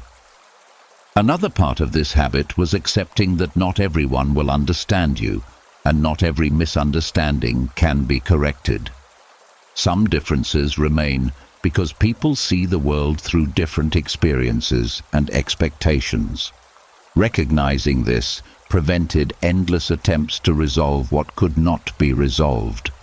The mind learned to let differences exist without turning them into personal threats. They also practiced compassion toward themselves for reacting imperfectly. In tense moments, emotions rise faster than reason, and words can emerge that do not reflect your deeper intentions. Instead of replaying these moments with harsh judgment, they acknowledged them as part of being human. This softened regret and prevented it from feeding the cycle of mental argument.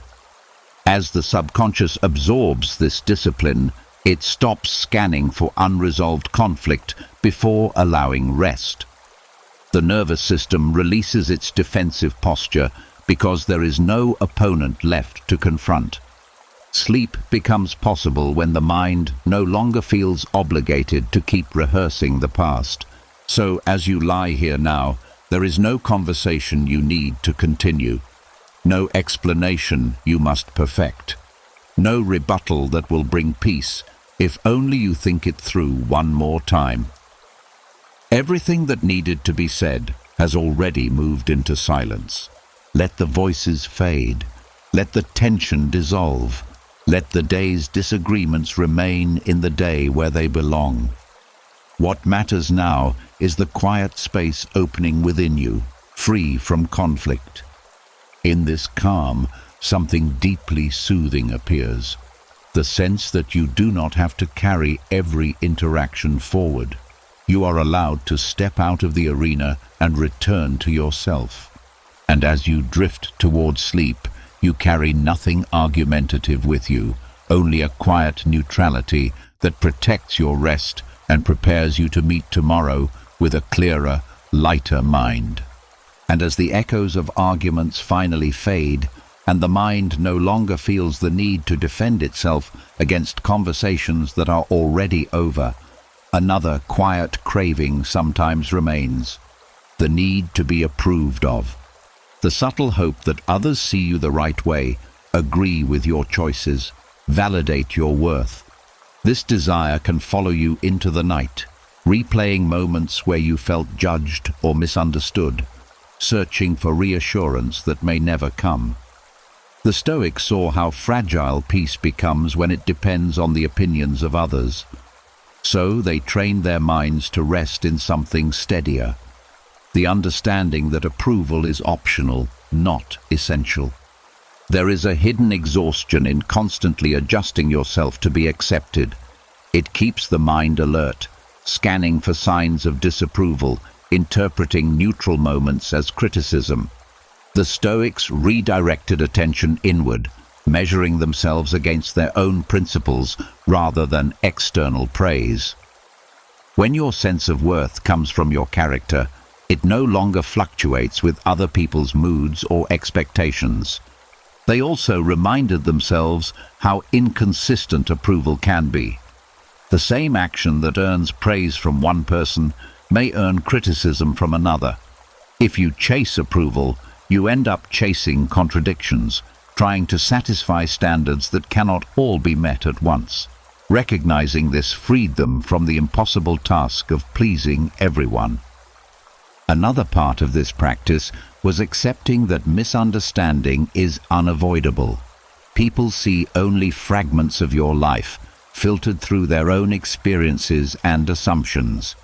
Expecting complete understanding from everyone creates frustration because it asks for something no one can fully give. By releasing this expectation, they allowed others to hold their opinions without letting those opinions define their peace. They also separated respect from approval. Respect comes from living with integrity, whether or not it is recognized. Approval is simply a reaction, often shaped by factors unrelated to you. When you value integrity over approval, your calm becomes self-sustaining. You no longer depend on applause to feel secure. As this mindset deepened, the subconscious stopped interpreting social evaluation as a threat. The nervous system relaxed because acceptance was no longer treated as a survival need. Sleep became easier because the mind was not rehearsing how to appear better or replaying moments of perceived rejection. So as you lie here now, there is nothing you need to prove to anyone. No image you must maintain. No approval you must earn before you are allowed to rest.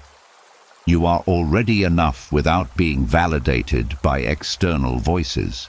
Let the opinions of the day fall away like distant noise fading into silence. They cannot follow you into this quiet unless you carry them. Your peace does not depend on being seen a certain way. It comes from knowing who you are when no one is watching. In this quiet independence, a deep calm begins to settle. You drift towards sleep, free from the need to perform, free from the fear of judgment, free from the endless pursuit of approval. And as rest takes you, you carry a steady confidence, the kind that comes from living aligned with yourself, untouched by praise or criticism, grounded in a peace that no opinion can take away. And as the need for approval loosens, and the mind no longer looks outward for permission to feel at peace, another quiet unease often becomes visible, the fear of what cannot be predicted. Uncertainty has a way of unsettling the mind because it offers no clear shape, no definite outcome to prepare for. It leaves space where control used to be. The Stoics did not try to eliminate uncertainty. They learned to sit beside it without resistance. Each night, they practiced acceptance of the unknown, allowing the future to remain unwritten without treating that openness as danger. There is a subtle strain in trying to anticipate everything that might happen. The mind runs through possibilities, searching for reassurance that cannot exist yet. This effort keeps the body tense, as if readiness alone could prevent surprise. The Stoics understood that life unfolds through countless variables beyond human planning. By acknowledging this truth before sleep, they removed the pressure to solve tomorrow in advance. They also reminded themselves that uncertainty is not empty. It holds both difficulty and possibility. When you stop assuming the worst, the unknown becomes neutral rather than threatening. This shift calms the nervous system because it no longer associates uncertainty with inevitable loss. The future becomes a space to meet, not a problem to fear. Another part of this acceptance was trust in adaptability. No matter what arrives, you will respond with the resources you have at that moment, not the ones you imagine lacking tonight. The Stoics placed confidence in their capacity to adjust rather than in their ability to predict. This trust freed them from the endless need for guarantees. They also practiced grounding themselves in the present as the only place where life is actually happening. The mind often travels forward, searching for certainty, but the body remains here, breathing, resting, safe enough to release tension. By returning attention to this immediate experience, they reminded themselves that uncertainty about tomorrow does not erase the stability of now. As the subconscious absorbs this habit, it stops interpreting the unknown as a threat that must be monitored through the night. The body softens because vigilance is no longer required. Sleep becomes deeper when the mind accepts that it does not need to guard against possibilities that have not yet arrived. So, as you rest here, there is nothing you need to predict before allowing yourself to relax. The future does not need to be mapped for you to feel calm. Whatever unfolds will meet you when it is time, and you will meet it as you are then, not as you imagine now. Let uncertainty exist without filling it with fear. Let the unknown remain open, spacious, free from the stories that once made it heavy. You are not stepping into darkness, you are stepping into possibility. In this quiet acceptance, something steady appears, a peace that does not depend on knowing what comes next. You drift towards sleep, supported by the understanding that life has always unfolded one moment at a time, and that tonight is no different. Calm settles in, not because the future is certain, but because you no longer need it to be. And as uncertainty loses its sharp edge, and the future no longer feels like something that must be controlled before you can rest, another quiet expectation begins to soften. The belief that tomorrow must be better in order for you to feel okay. This hope can seem harmless, even motivating, but it often hides a subtle dissatisfaction with the present.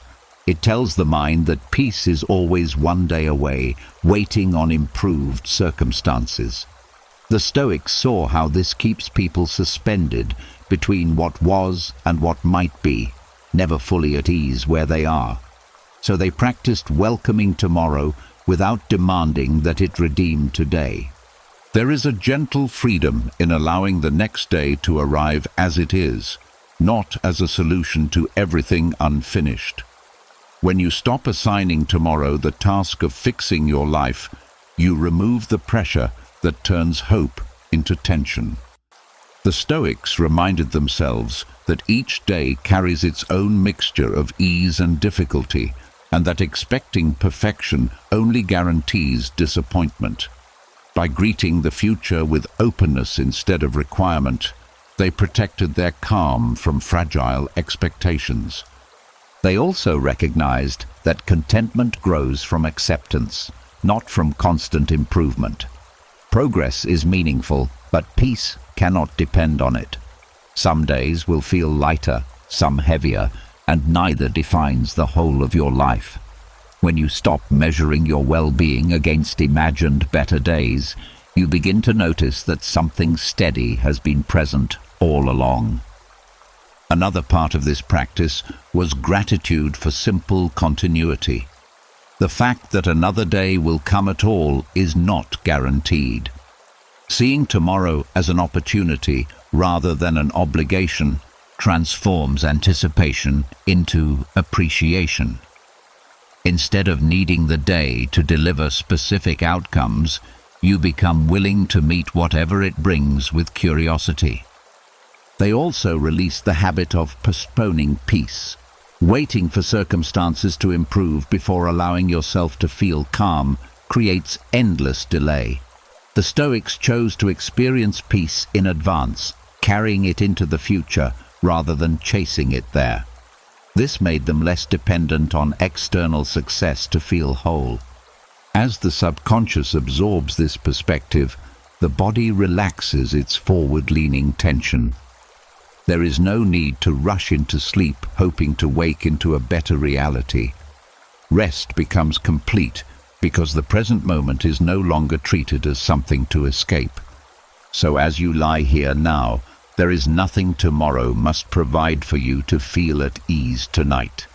It does not need to be brighter, easier, or more successful.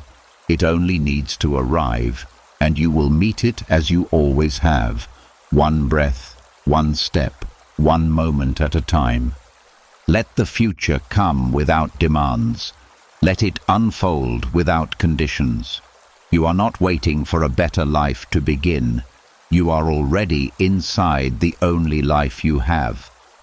In this quiet readiness, a calm anticipation replaces restless hope. You drift towards sleep, not because tomorrow promises improvement, but because you are no longer negotiating with it. And as rest deepens, you carry a steady trust that whatever the next day holds, you can welcome it without needing it to be anything more than what it is. And as you learn to welcome tomorrow without placing the burden of perfection on it, another subtle thread begins to loosen. The story you carry about who you are and what your life is supposed to mean. Throughout the day, the mind quietly builds narratives, stories about success and failure, about being the strong one, the overlooked one, the one who must hold everything together. These narratives help you move through the world, but at night they can become heavy armor that never comes off. The Stoics practiced setting these stories down before sleep, not to lose themselves, but to rest from the constant effort of being someone. There is a deep fatigue in always needing your life to make sense in a certain way. When every event must fit into a personal storyline, the mind keeps analyzing, interpreting, reinforcing the identity it has constructed.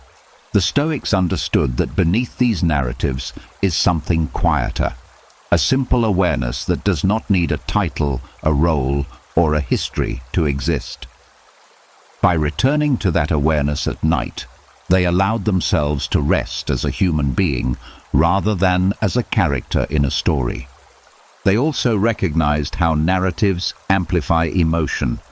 When something difficult happens, the mind does not just register the event, it connects it to the larger story it believes about you.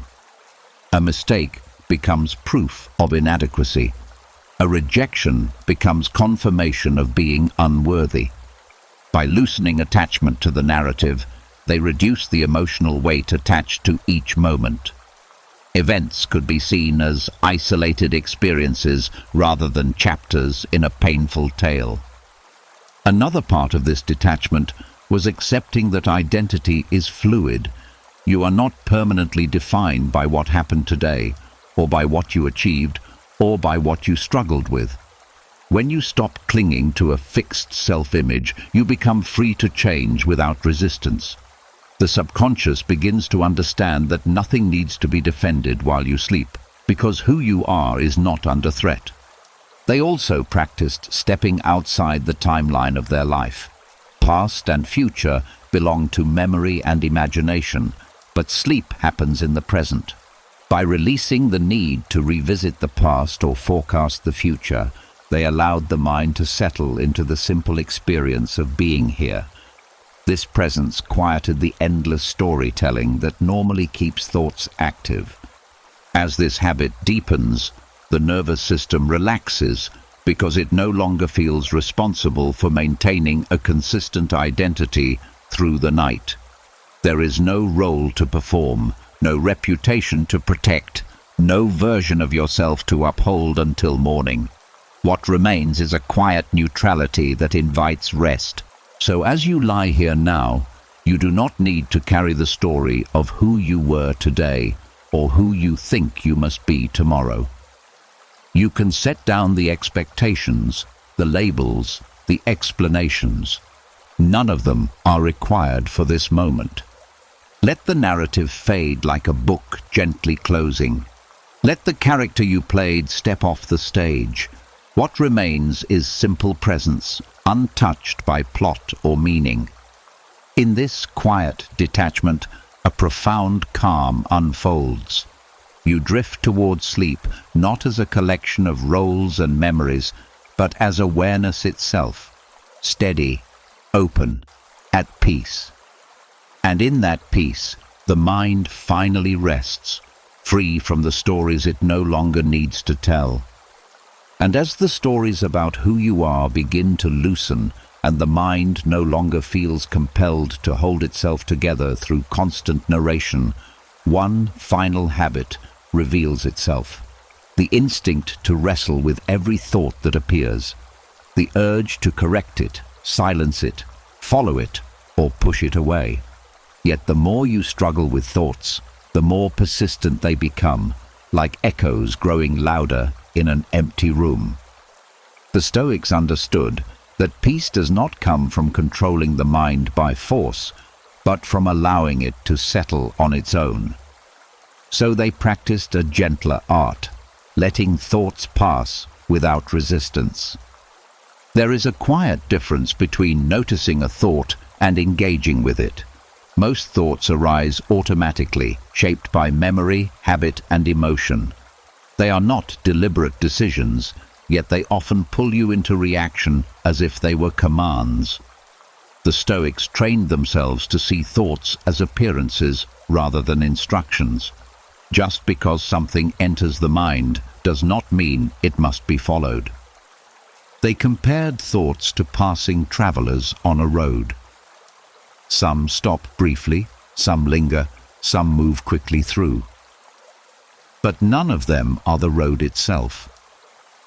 When you stop identifying with each passing visitor, the mind becomes a place of movement rather than conflict.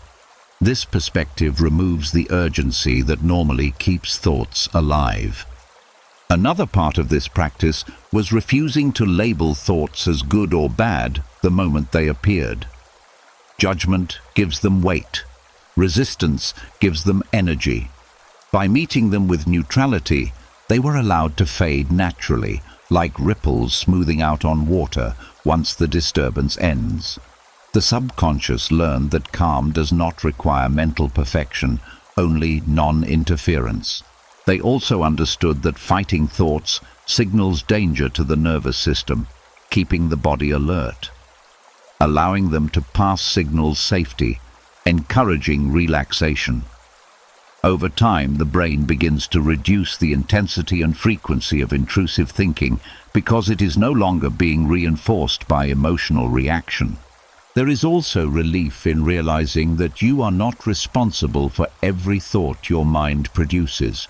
Some are remnants of the day, some are echoes of old fears, some are simply noise. When you stop taking ownership of them, they lose their authority. You remain the observer rather than the battlefield. As you rest here now, thoughts may still arise, but they do not need attention. They can drift through like distant sounds fading into the night. You do not need to chase them, solve them, or silence them. Their nature is to disappear when left alone. Let them come and go like clouds moving across a wide, open sky. The sky does not strain to remove them.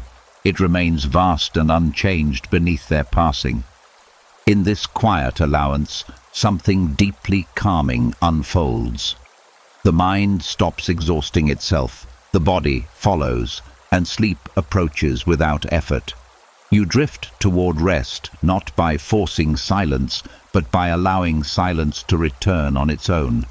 And as you sink deeper into that stillness, you carry a final understanding that peace was never hidden behind the absence of thought, but within your ability to let thoughts fade without becoming entangled in them.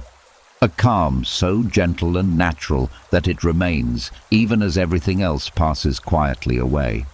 And as thoughts lose their urgency and the mind no longer feels compelled to chase or silence each one, another layer of calm begins to form.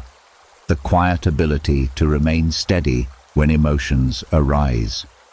Most reactions happen faster than awareness, shaped by patterns learned long ago. A sharp tone, an unexpected change, a memory that surfaces without warning, and the body responds before the mind can intervene. The Stoics understood that true peace requires retraining these automatic responses, teaching the deeper mind that not every emotional spark needs to become a fire. Emotions themselves were never the enemy. They were signals, movements of energy passing through the body. What created turmoil was the instant reaction that followed, the tightening, the defensive thoughts, the urge to act immediately.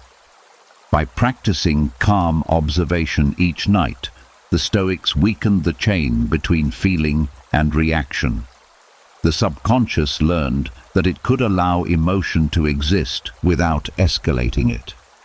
They would recall moments from the day where strong feelings appeared and replay them with a different response, not to rewrite the past, but to train the future.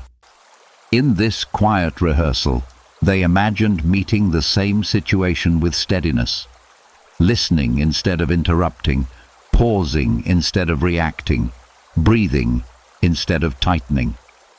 This gentle visualization shaped new pathways in the mind, preparing it to respond differently when similar moments returned.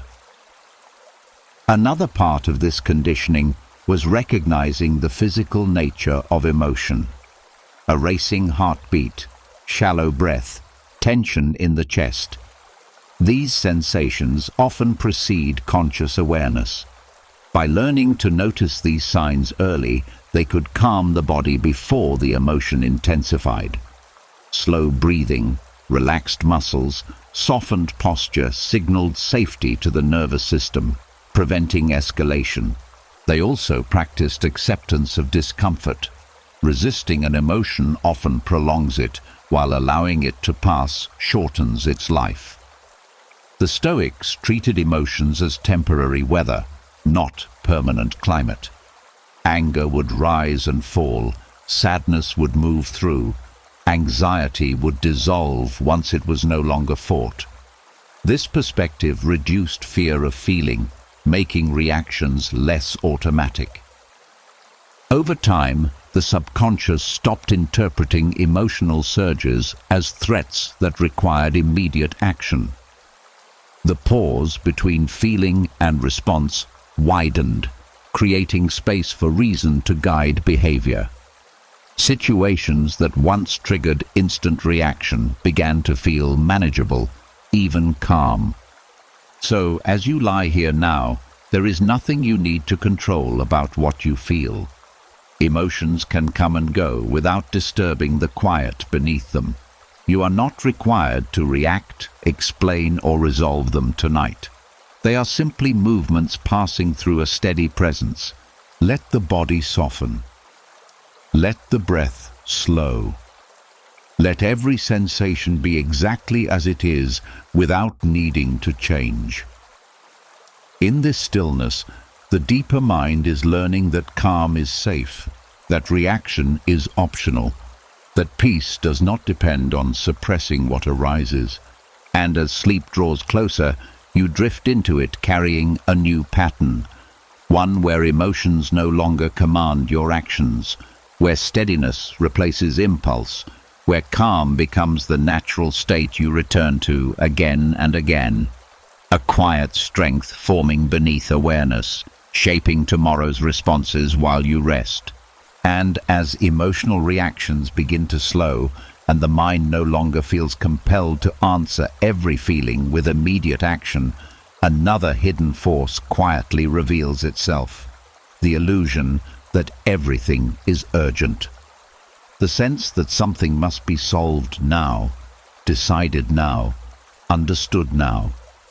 During the day, urgency can feel necessary, even productive. But at night, it becomes a restless pressure that keeps the mind racing long after the body is ready to rest. The Stoics recognized that much of this urgency was imagined, created by habit rather than reality. So they practiced releasing it before sleep, reminding themselves that not everything requires immediate resolution. There is a deep calm that appears when you accept that tonight is not the time for action. Problems that feel overwhelming in the dark often lose their intensity in daylight. Decisions that seem impossible become clearer after rest. By stepping out of the false demand to fix everything immediately, the mind stops treating the night as an emergency. The body follows, shifting from alertness into recovery. The Stoics trained themselves to distinguish between what was truly urgent and what only felt urgent. Most concerns belong to tomorrow or beyond.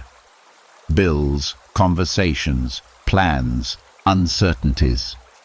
None of these could be meaningfully addressed while lying in the quiet. Recognizing this allowed them to place these concerns gently aside, trusting that they could be met when the time was right. They also understood that urgency is often fueled by fear of losing control, missing an opportunity, or falling behind. By facing this fear calmly, they weakened its hold. They reminded themselves that life unfolds over long stretches of time, not in a single night. Progress does not disappear because you paused to rest. Another part of this practice was honoring the body's rhythm. Night exists for restoration, not for solving the entire world.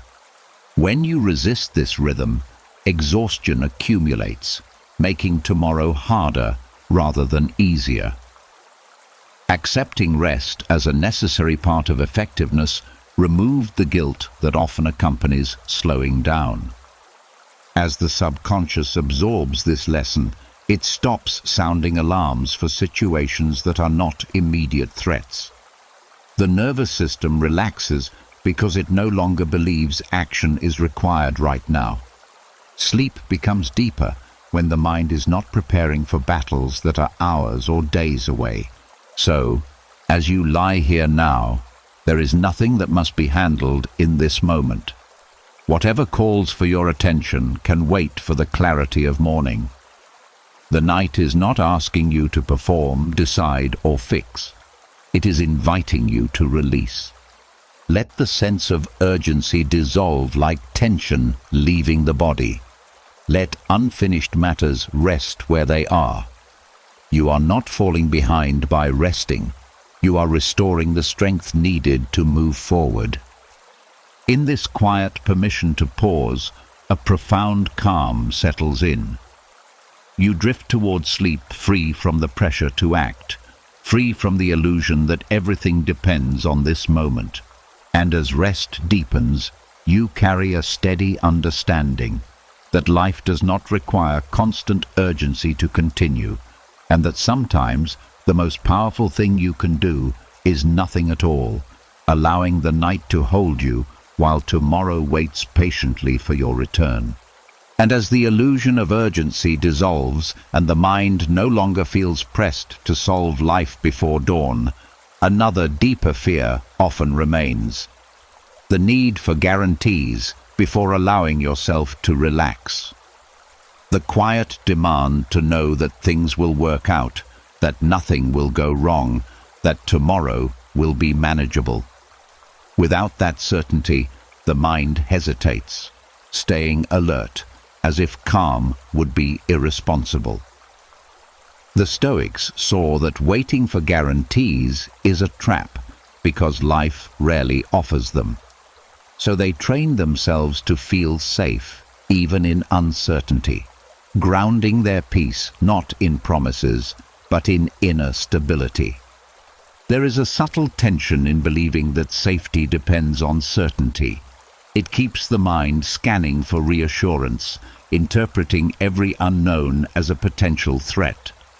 The Stoics shifted this by focusing on what was actually present instead of what might happen. The body lying still, the breath moving quietly, the absence of immediate danger. These were enough to signal that rest was allowed. Safety was no longer tied to prediction, but to awareness of the moment. They also built trust in their ability to respond rather than in their ability to foresee. Guarantees try to remove risk from life, but resilience prepares you to meet whatever risk appears. By remembering past situations they had navigated without prior certainty, They strengthened confidence in their adaptability. The subconscious began to understand that uncertainty does not equal helplessness. Another part of this practice was accepting vulnerability as a natural condition of being human. Absolute security is an illusion, and chasing it only creates more anxiety.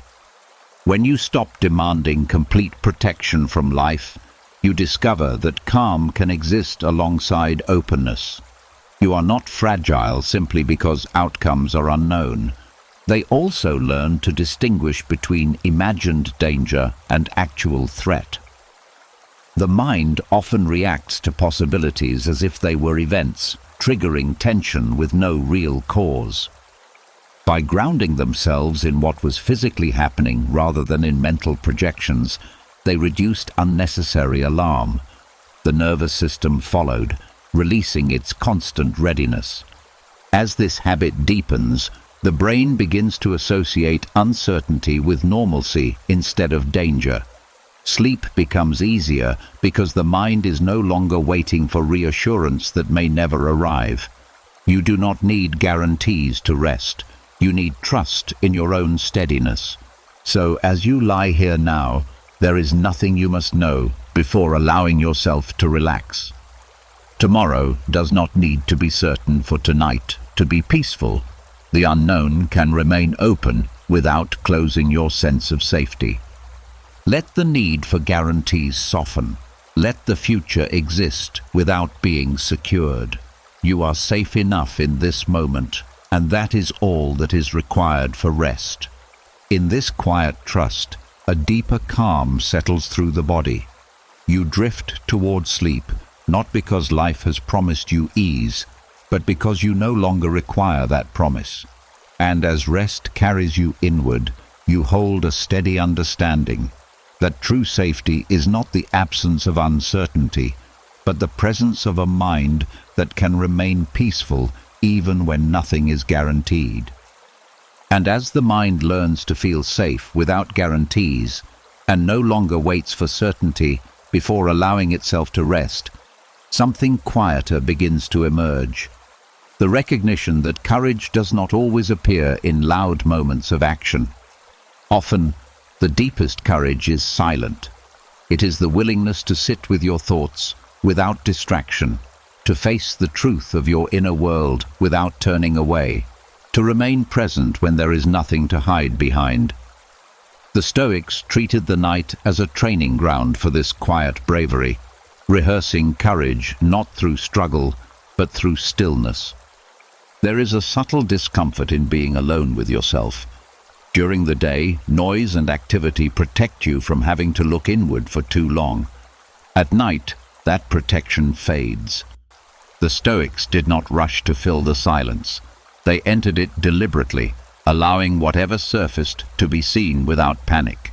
This was their rehearsal, teaching the mind that it could face its own depths and remain steady. They understood that courage is not the absence of fear, but the refusal to be ruled by it. When uneasy thoughts appeared, they did not push them away or dramatize them. They acknowledged them calmly, as if saying, "You are here, but you do not control me." This quiet acknowledgement weakened fear's authority, turning it from a commanding voice into a passing presence. Another part of this practice was sitting with unanswered questions. Not every concern has a solution ready. Not every doubt can be resolved immediately. The Stoics allowed uncertainty to exist without rushing toward reassurance. This built a form of endurance, the ability to remain calm even when clarity was not available. They also practiced releasing the need for distraction. Entertainment, conversation, constant stimulation. These can numb discomfort, but they also prevent true resilience from forming. By choosing silence instead, they strengthened their capacity to remain composed in any environment, even one stripped of comfort. As the subconscious absorbs this rehearsal, it stops interpreting quiet as emptiness or threat. The nervous system relaxes because the mind has proven it can handle stillness without distress. Sleep becomes deeper because there is no resistance to the silence that surrounds it. So as you lie here now, you do not need to escape into noise or distraction. The quiet is not asking anything from you. It is simply holding space for rest. Whatever thoughts pass through can be met with calm presence, not reaction. Let the silence support you. Let it remind you that you are capable of facing your inner world without fear. You are not alone in this stillness. You are anchored within it. In this quiet courage, a profound peace unfolds. You drift towards sleep not as someone avoiding the night, but as someone who has learned to walk into it calmly. And as rest takes you deeper, you carry with you a steady strength, the kind that grows in silence, unseen but unshakable, preparing you to meet the world again with a calm that no noise can disturb. And as courage quietly settles into the silence and the mind no longer feels the need to escape itself, another layer of preparation begins, the readiness to face discomfort without resistance. Discomfort is woven into life in small and large ways, yet much of our suffering comes from the refusal to accept it when it arrives. The Stoics understood that calm is not built by avoiding difficulty, but by training the psyche to meet it without panic.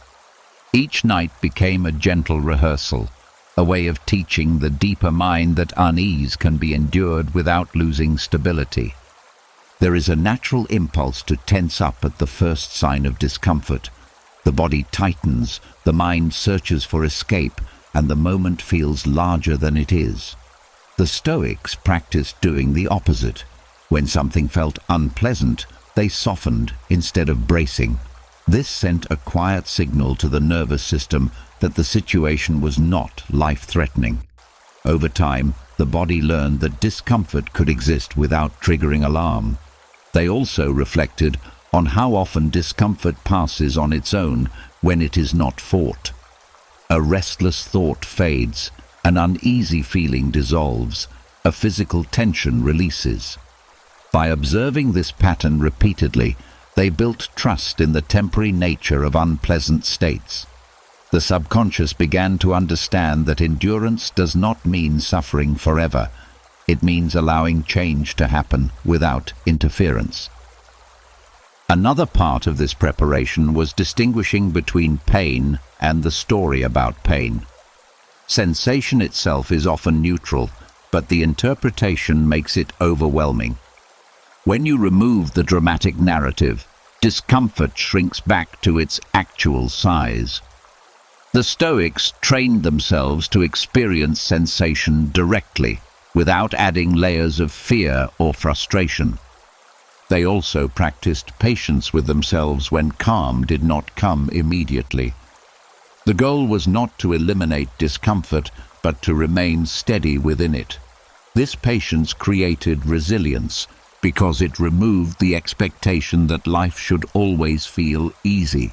You become less shaken by difficulty when you no longer see it as abnormal. As the subconscious absorbs this mindset, the fear of discomfort weakens. The body no longer reacts as if every challenge is a crisis. Sleep becomes deeper because the mind is not bracing against possible unease that may arise during the night or the day ahead. So, as you lie here now, there is nothing you need to fix about what you feel. If there is tension, it can soften in its own time. If there is restlessness, it can settle without force. You are not required to eliminate discomfort to deserve rest. Let the body sink into the surface beneath you. Let the breath move without effort. Let every sensation be held in calm awareness rather than resistance. In this quiet acceptance, a steady strength forms beneath the surface. You drift towards sleep prepared not for a perfect tomorrow, but for a real one. knowing that whatever discomfort appears, you can meet it with composure, and in that composure, you carry a peace that does not depend on ease, but on the quiet confidence that you can remain calm through whatever life brings. And as the psyche learns it can face discomfort without collapsing, another quiet habit becomes easier to see: the instinct to escape the mind whenever stillness appears. When thoughts slow down, many people rush to fill the space with distraction, noise, or stimulation, as if silence itself were something to fear. The Stoics noticed this tendency and chose a different path. Instead of escaping their minds, they practiced remaining inside the quiet, allowing stillness to deepen without reaching for relief.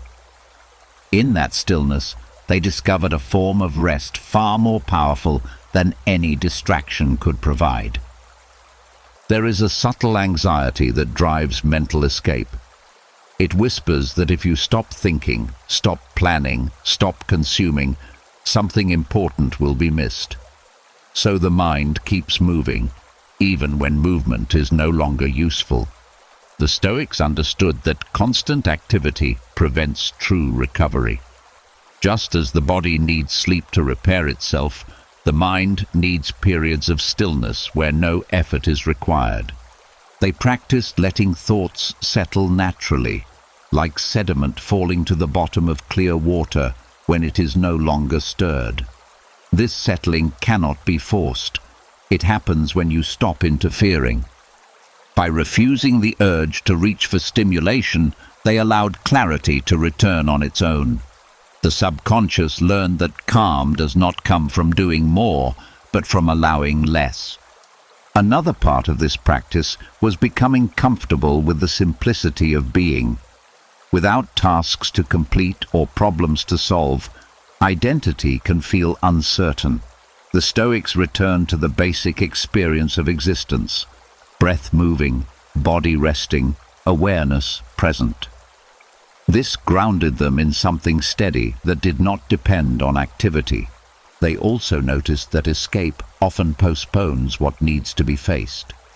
Distraction can numb tension temporarily, but it leaves the underlying unrest untouched.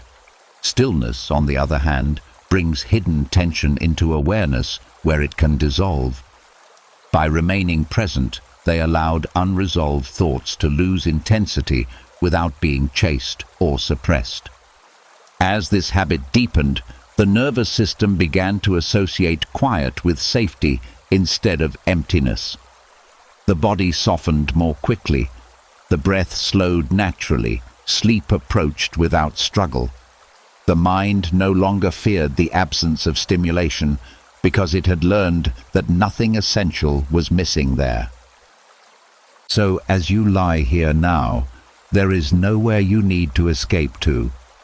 No noise required, no distraction necessary. The quiet surrounding you is not a void.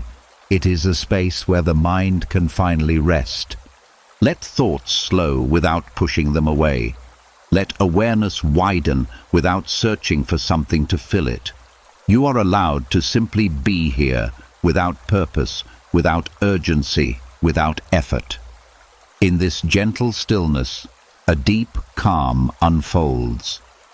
You drift towards sleep, not by running from your mind, but by settling peacefully within it. And as rest takes you, you carry a quiet understanding that true peace is not found in escape, but in the courage to remain present until the mind becomes as still as the night itself. And as the mind grows familiar with stillness and no longer feels the urge to escape itself, another quiet fear sometimes rises into awareness: the fear of being alone.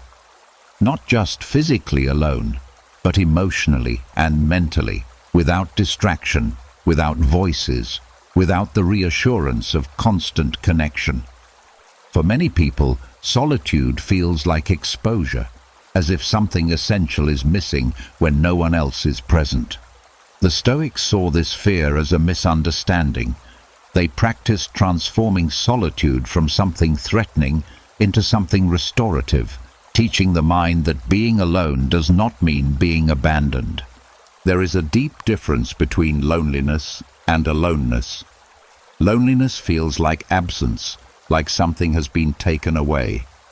Aloneness, when understood differently, feels like space, a place where nothing is demanded from you, where you are free from expectations and roles. The Stoics used the night to rediscover this space, allowing themselves to exist without needing to perform for anyone. They reminded themselves that the most constant companion you will ever have is your own awareness. When you learn to be at ease with it, solitude stops feeling empty. It becomes a return to the one presence that never leaves. This quiet companionship does not depend on conversation or approval. It simply exists, steady and reliable beneath everything else. Another part of this practice was recognizing how connection to the wider world remains even in solitude. The same air moves through every living being. The same night sky stretches over countless lives at once. You are alone in your room, but not separate from existence. This perspective softened the sense of isolation, replacing it with quiet belonging. They also used solitude as a time for renewal. Without external input, the mind can reorganize itself. Emotions can settle, perspective can return. What feels overwhelming during constant interaction becomes manageable in quiet reflection. Solitude becomes not deprivation, but restoration. As the subconscious absorbs this new meaning, it stops interpreting aloneness as danger. The nervous system relaxes because it no longer expects abandonment in the absence of others. Sleep becomes easier when solitude feels safe rather than unsettling. So as you lie here now, there is nothing missing from this moment. The quiet around you is not emptiness, it is shelter. You do not need voices to feel grounded. You do not need presence to feel held. Let the silence feel like space rather than absence. Let it surround you gently, asking nothing, demanding nothing. You are not alone in a threatening way. You are alone in a peaceful way. In this calm solitude, a deeper comfort emerges. You drift towards sleep, supported not by distraction, but by the steady presence within you that has been there all along. And as rest takes you, you carry a quiet realization that being alone is not something to fear, but something to understand. A place where peace grows naturally when nothing is required except your simple existence. And as solitude begins to feel like shelter instead of absence, another quiet resistance sometimes surfaces. The belief that resting means falling behind, that stopping is weakness, that if you are not pushing forward, you are somehow failing. This belief can keep the body tense even in exhaustion, turning night into a battleground between fatigue and guilt.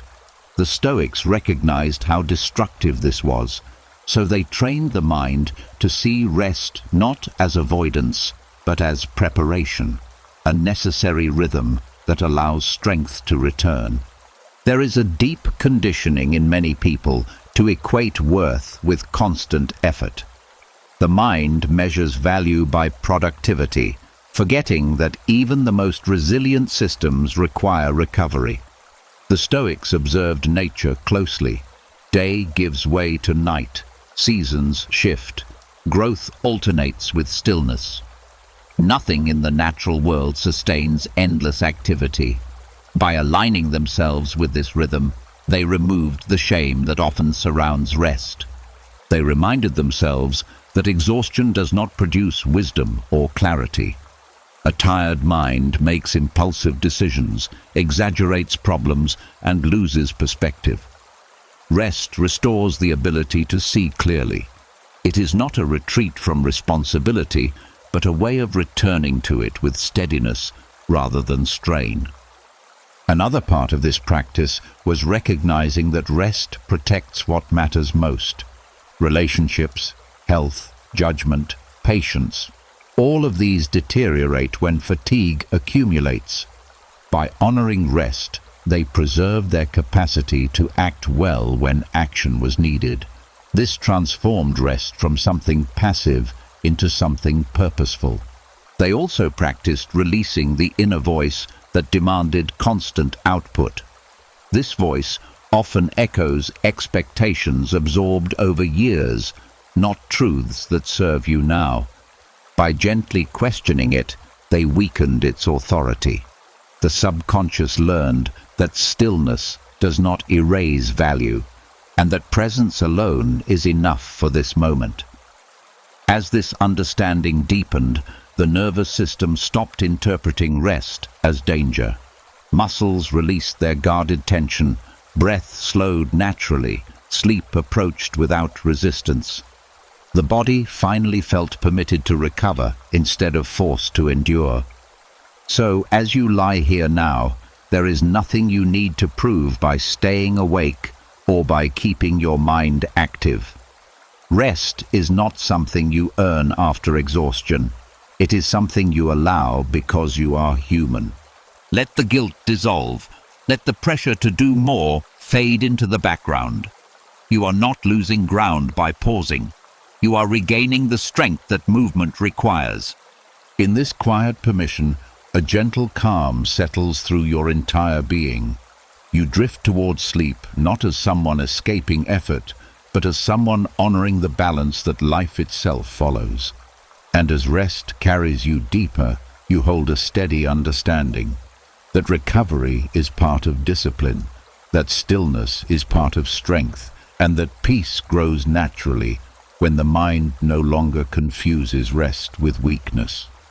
And as rest begins to feel like strength instead of weakness, another quiet habit often tries to follow you into the night: the urge to measure your life against someone else's. The mind replays what others achieved, how far ahead they seem, how differently they live. Comparison turns reflection into pressure, making even a full day feel insufficient. The Stoics saw this as a thief of peace. So before sleep, they practiced returning to their own path, ending the day without weighing their worth against lives they were never meant to live. There is a hidden distortion in comparison. You see only fragments of another person's story, often the parts they choose to reveal, and place them beside the most critical version of your own. The result is always imbalance. The Stoics reminded themselves that every life carries unseen struggles, trade-offs, and sacrifices. What appears effortless from a distance often comes with costs you cannot see. Recognizing this dissolved the illusion that others had been given something you were denied. They also focused on what was truly within their control: their own actions, intentions, and growth. Another person's timeline, talents, or circumstances were not variables they could influence. By narrowing attention to their own effort, they reclaimed energy that would otherwise be wasted on envy or self-doubt. Peace returned when the standard became internal rather than external. Another part of this practice was appreciating uniqueness. Your path is shaped by experiences, values, and choices that cannot be replicated. Trying to mirror someone else creates tension because it moves you away from authenticity. The Stoics believed that fulfillment comes from living in alignment with your nature, not from matching another person's pace. They also reflected on how comparison feeds endless dissatisfaction. No matter how far you progress, there will always be someone ahead in some area of life. If contentment depends on outrunning others, it will never arrive. By releasing this race entirely, they allowed themselves to experience satisfaction in the present moment.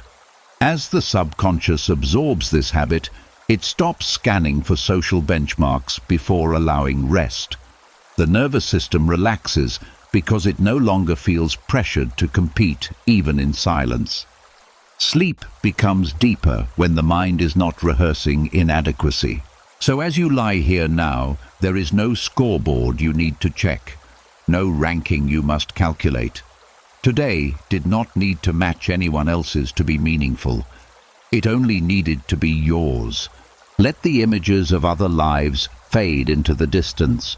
Let your attention return to the quiet reality of your own breath, your own body, your own journey.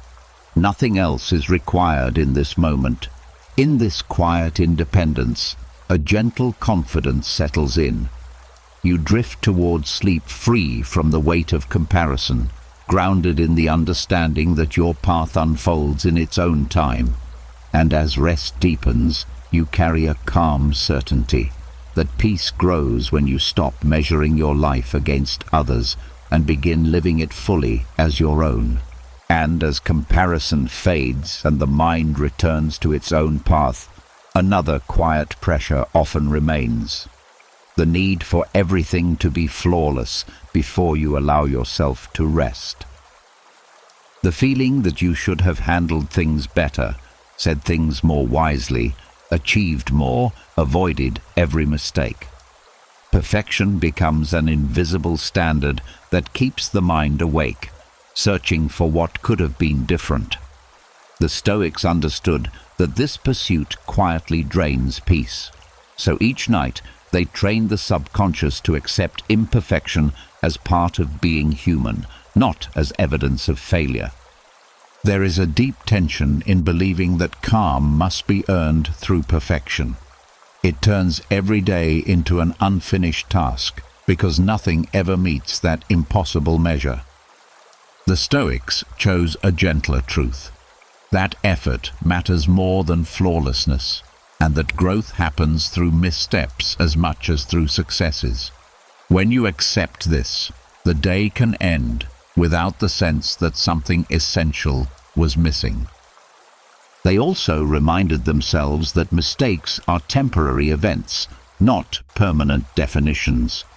The mind often treats a single error as proof of inadequacy, replaying it until it feels larger than everything else. By placing each mistake back into context, they reduced its weight. One imperfect moment could not erase a lifetime of intention and effort. Another part of this conditioning was practicing self-forgiveness. Not the kind that excuses harmful behavior, but the kind that acknowledges humanity. You can learn without punishing yourself. You can improve without carrying shame into the next day. This gentle approach allowed change to happen without resistance. They also recognized that imperfection keeps you connected to others. Every person struggles, fails, and tries again. When you stop expecting yourself to be beyond this, compassion naturally expands toward yourself and toward everyone else. The pressure to appear invulnerable dissolves, replaced by quiet understanding. As the subconscious absorbs this acceptance, it stops scanning for faults before allowing rest. The nervous system relaxes because it no longer anticipates internal criticism. Sleep becomes deeper when the mind feels safe from its own impossible standards. So as you lie here now, there is nothing you needed to do perfectly today to deserve peace. The day was allowed to be messy, incomplete, human. Nothing essential was lost because it was not flawless. Let the need to correct everything dissolve. Let the unfinished edges remain as they are. You are not required to polish your life before closing your eyes. In this gentle acceptance, a warm calm spreads through the body. You drift towards sleep not as someone who must fix themselves, but as someone who is allowed to rest exactly as they are. And as rest deepens, you carry a quiet understanding that peace does not come from perfection, but from the willingness to be human without resistance. trusting that growth continues even while you sleep.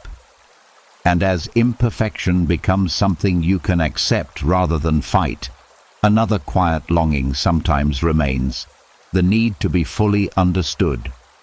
The hope that someone will finally see your intentions, your struggles, the reasons behind your choices, and confirm that you are not alone in how you feel.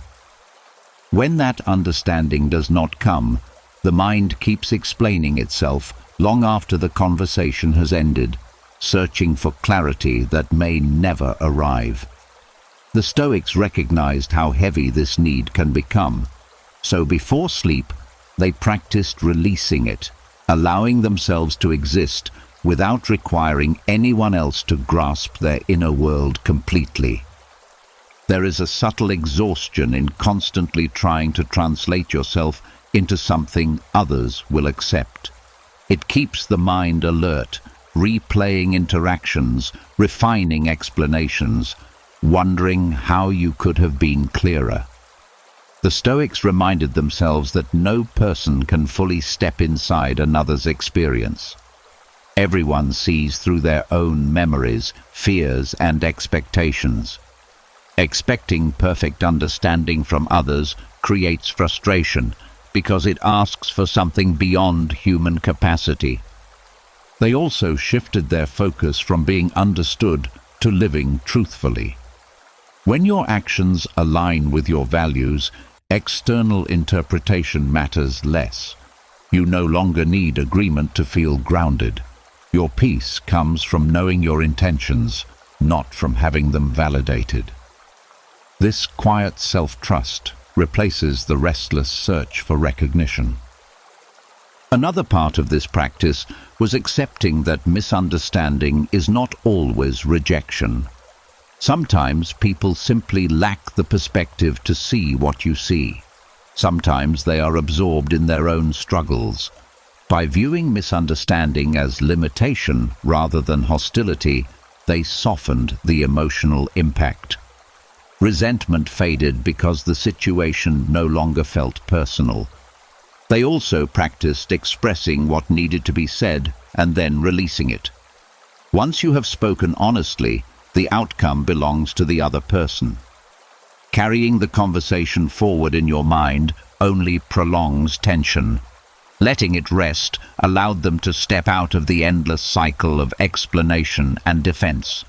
As the subconscious absorbs this habit, it stops searching for resolution through imagined dialogue. The nervous system relaxes because there is no longer a need to justify your existence before allowing rest. Sleep becomes deeper when the mind is not rehearsing conversations that cannot change. So as you lie here now, there is nothing you need to clarify, no message you must perfect, no understanding you must secure before you can relax. You are allowed to exist without being fully seen by everyone. Let the need to explain dissolve into the quiet. Let your story belong to you without requiring confirmation. You are not incomplete because someone else does not fully understand you. In this quiet independence, a deep calm settles in. You drift towards sleep free from the pressure to be known in a certain way, grounded in the simple truth that your inner world is valid even when it remains private. And as rest takes you, you carry a steady peace, the kind that grows when you stop seeking understanding outside and begin resting comfortably within yourself. And as the need to be understood by others loosens its grip, another doorway quietly opens, the willingness to understand yourself without distortion. Not through harsh judgment, not through comforting illusions, but through clear and gentle truth. The Stoics believed that honesty with oneself was the foundation of inner peace. Each night, they turned inward not to criticize, but to see clearly what the day had revealed about their character, their fears, their intentions. In that quiet reflection, they found freedom, because nothing hidden has the power to quietly control you anymore. There is a subtle relief in admitting the truth to yourself. The mind spends enormous energy maintaining stories that protect the ego, reasons why something was not your fault, why you avoided what mattered, why you acted against your values. These stories feel safe in the moment, but they create tension that lingers beneath the surface. When you face the truth calmly, without punishment, that tension dissolves. You no longer have to defend an illusion. The Stoics approached this practice with compassion rather than severity. They did not ask, "How did I fail?" but "Where did I drift away from the person I want to be?" This difference kept honesty from turning into self-attack. It allowed growth instead of shame. When mistakes were acknowledged with calm responsibility, they became lessons rather than burdens. Another part of this practice was recognizing what went well without exaggeration or dismissal. Radical honesty includes seeing your strengths clearly, not pretending they do not exist. By acknowledging moments of patience, courage, restraint, or kindness, they reinforced the qualities they wished to carry forward. The subconscious learned to associate truth with balance rather than negativity. They also reflected on motivations, not just actions. Sometimes you do the right thing for the wrong reason, or the wrong thing for a reason rooted in fear or pain. Understanding the motive behind behavior allowed them to address the source rather than the symptom. This deepened self-awareness made future choices more deliberate. As the subconscious absorbs this nightly clarity, it stops fearing introspection. The mind no longer avoids reflection because it expects attack. Instead, it begins to trust that looking inward leads to peace, not punishment. Sleep becomes deeper when nothing is being hidden from yourself. So as you lie here now, there is nothing you need to pretend about. Today can be seen exactly as it was, imperfect, human, real. You are allowed to acknowledge what you avoided, what you handled well, what you wish to change, without turning any of it into a verdict about your worth. Let the truth settle gently, without resistance. Let it clear the space inside you like fresh air entering a quiet room. Nothing needs to be fixed tonight. Seeing clearly is enough. In this calm honesty, a steady peace unfolds. You drift towards sleep lighter, no longer carrying the weight of denial or self-deception. And as rest takes you deeper, you carry a quiet strength, the strength of someone who can face themselves without fear, knowing that truth, when met with compassion, becomes a guide rather than a burden. And as self-honesty clears the inner space and nothing remains hidden from your own awareness, another heavy emotion sometimes reveals itself, the quiet desire for revenge. Not always loud or dramatic, but a lingering wish for someone to feel what they caused you to feel, to understand the hurt by experiencing it themselves. This impulse can keep the mind awake, replaying scenes, rewriting conversations, imagining outcomes that restore a sense of balance. The Stoics saw how this cycle binds you to the very pain you want to escape. So before sleep, they practiced dissolving the need for revenge, choosing freedom over retaliation. There is a deep exhaustion in carrying anger into the night. The body stays tense, as if preparing for conflict that is no longer happening. The mind keeps returning to the wound, not because it wants suffering, but because it wants closure. The Stoics reminded themselves that revenge does not heal injury. It extends it. By refusing to release the past, you allow the event to continue shaping your present. They also reflected on the limits of control. You cannot rewrite what happened, and you cannot force another person to understand or regret their actions. Wanting revenge often hides a deeper wish, to undo the pain.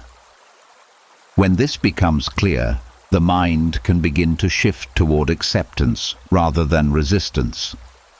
Acceptance does not mean approval. It means refusing to let the event define your peace. Another part of this practice was recognizing that people act from their own fears, ignorance, or wounds. This perspective does not excuse harmful behavior, but it removes the illusion that their actions were carefully designed to destroy you. Seeing the broader human struggle reduces the intensity of personal offense, allowing compassion to soften anger's sharp edge. They also practiced reclaiming their energy. Revenge keeps your attention tied to someone else, giving them continued influence over your emotional state. Letting go breaks that connection. Your peace stops depending on their actions or consequences. Freedom begins the moment you stop waiting for them to suffer. As the subconscious absorbs this release, the body no longer braces for imagined confrontations. The nervous system settles because there is no enemy to prepare for. Sleep becomes deeper when the mind is not rehearsing conflict that will not occur tonight. So as you lie here now, there is nothing you need to resolve through anger, nothing you must balance through harm. The past can remain where it is without following you into rest. Let the images of confrontation fade. Let the need for repayment dissolve into the quiet. You are not surrendering your strength, you are reclaiming it. In this gentle release, a profound calm spreads through you. You drift toward sleep, unchained from the weight of resentment, carried by the understanding that peace is not found in retaliation, but in refusal to carry what no longer belongs to you. And as rest deepens, you hold a quiet certainty that the greatest victory is not making others feel your pain, but freeing yourself from it entirely. And as the need for revenge loosens and the heart is no longer tied to the past through anger, another quiet truth begins to surface. Forgiveness does not always require reunion. Many people believe that to forgive, they must reopen doors that once led to pain, must welcome back those who hurt them, must pretend nothing happened. This belief makes forgiveness feel dangerous, as if peace can only come at the cost of safety. The Stoics understood that forgiveness is not about restoring the relationship, it is about restoring your inner balance. So they trained the mind to forgive without reconciliation, releasing the poison without inviting the wound back in. There is a deep relief in realizing that forgiveness is an internal act. It does not require approval from the other person, nor does it depend on their apology or change. Waiting for those conditions keeps you emotionally tied to them. The Stoics chose independence instead. They forgave because they no longer wished to carry the burden, not because the other person deserved it. They also made a clear distinction between forgiveness and trust. Trust must be earned again through consistent action, and sometimes it is never rebuilt. Forgiveness, however, is simply the decision to stop reliving the injury. You can release resentment while still protecting yourself from further harm. This clarity allowed them to maintain boundaries without hardening their hearts. Another part of this practice was understanding that holding anger prolongs connection to the event. The mind replays the story, strengthening the emotional imprint each time. By choosing forgiveness, they interrupted this cycle. The memory could remain, but it no longer carried the same emotional charge. It became a fact of the past rather than a wound in the present.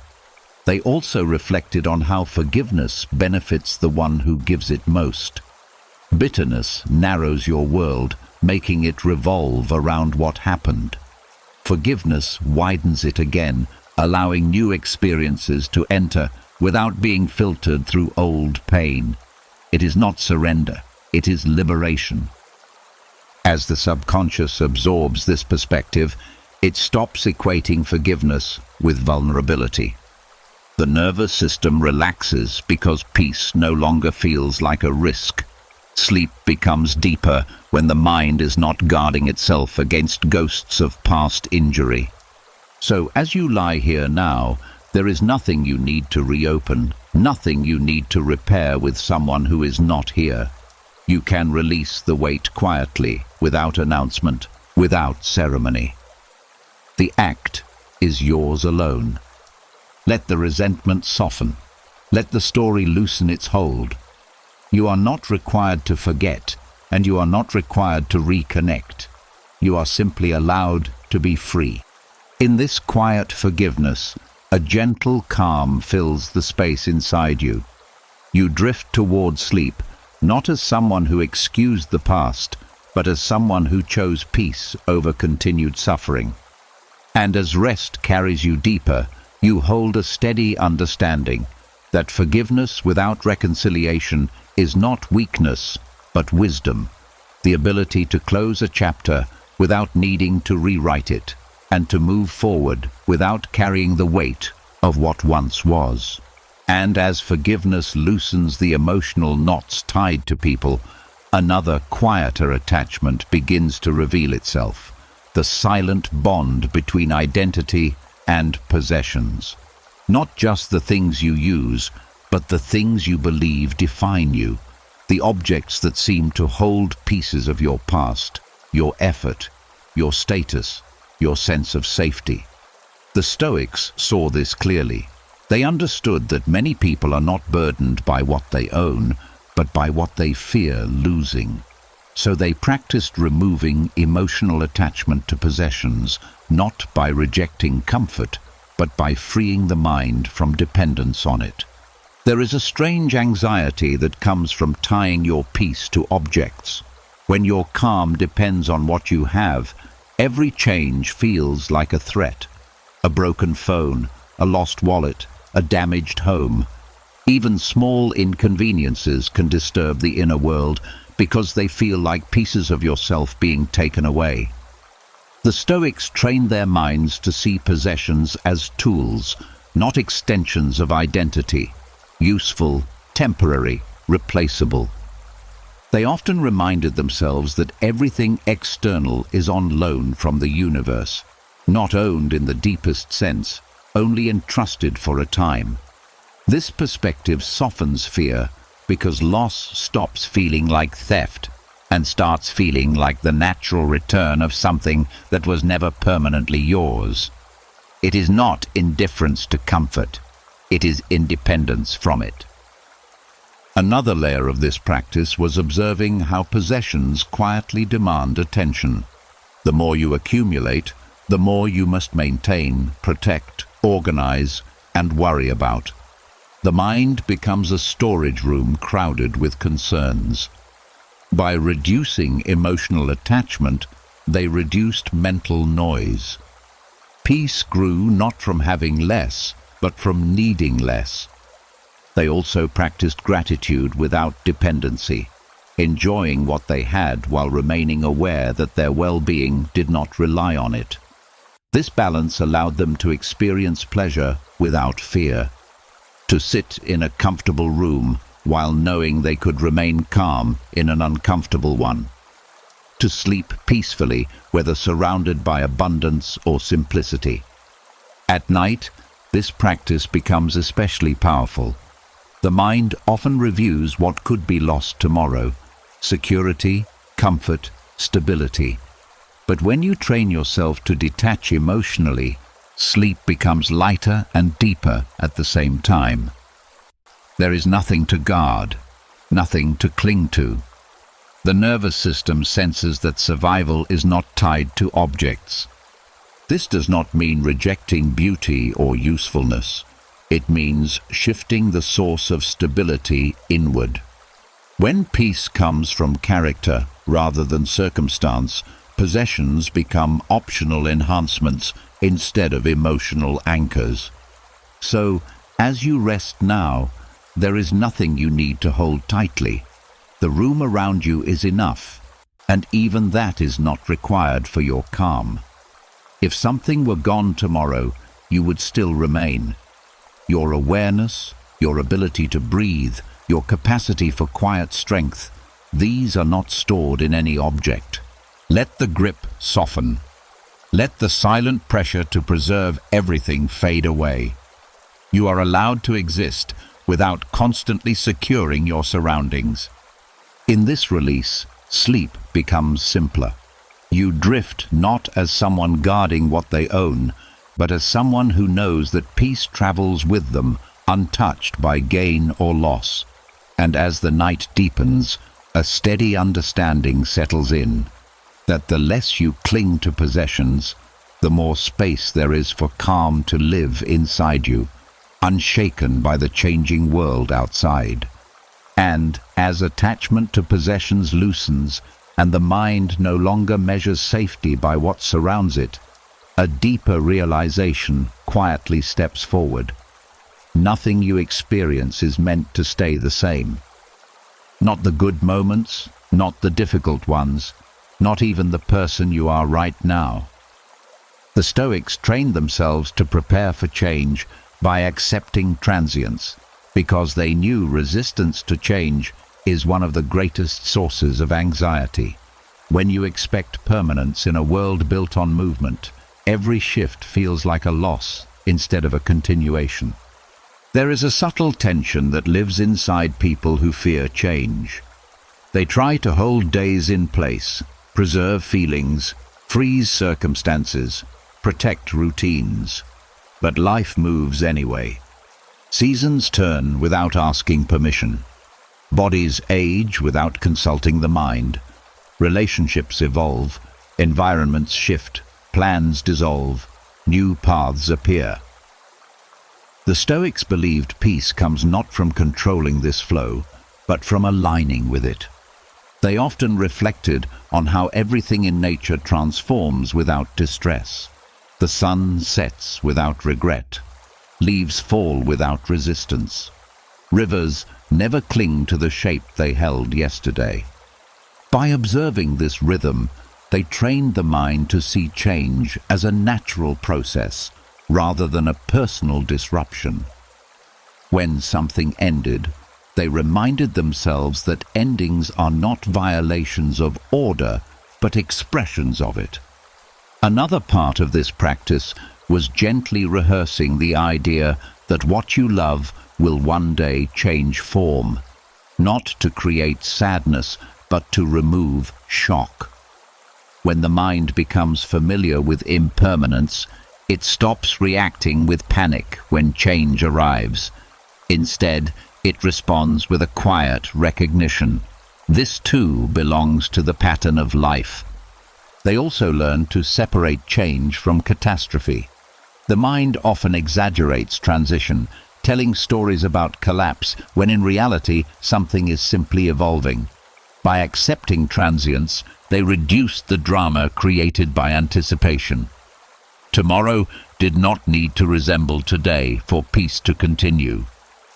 At night, this acceptance becomes especially calming. Much of nighttime anxiety comes from uncertainty about what tomorrow might bring.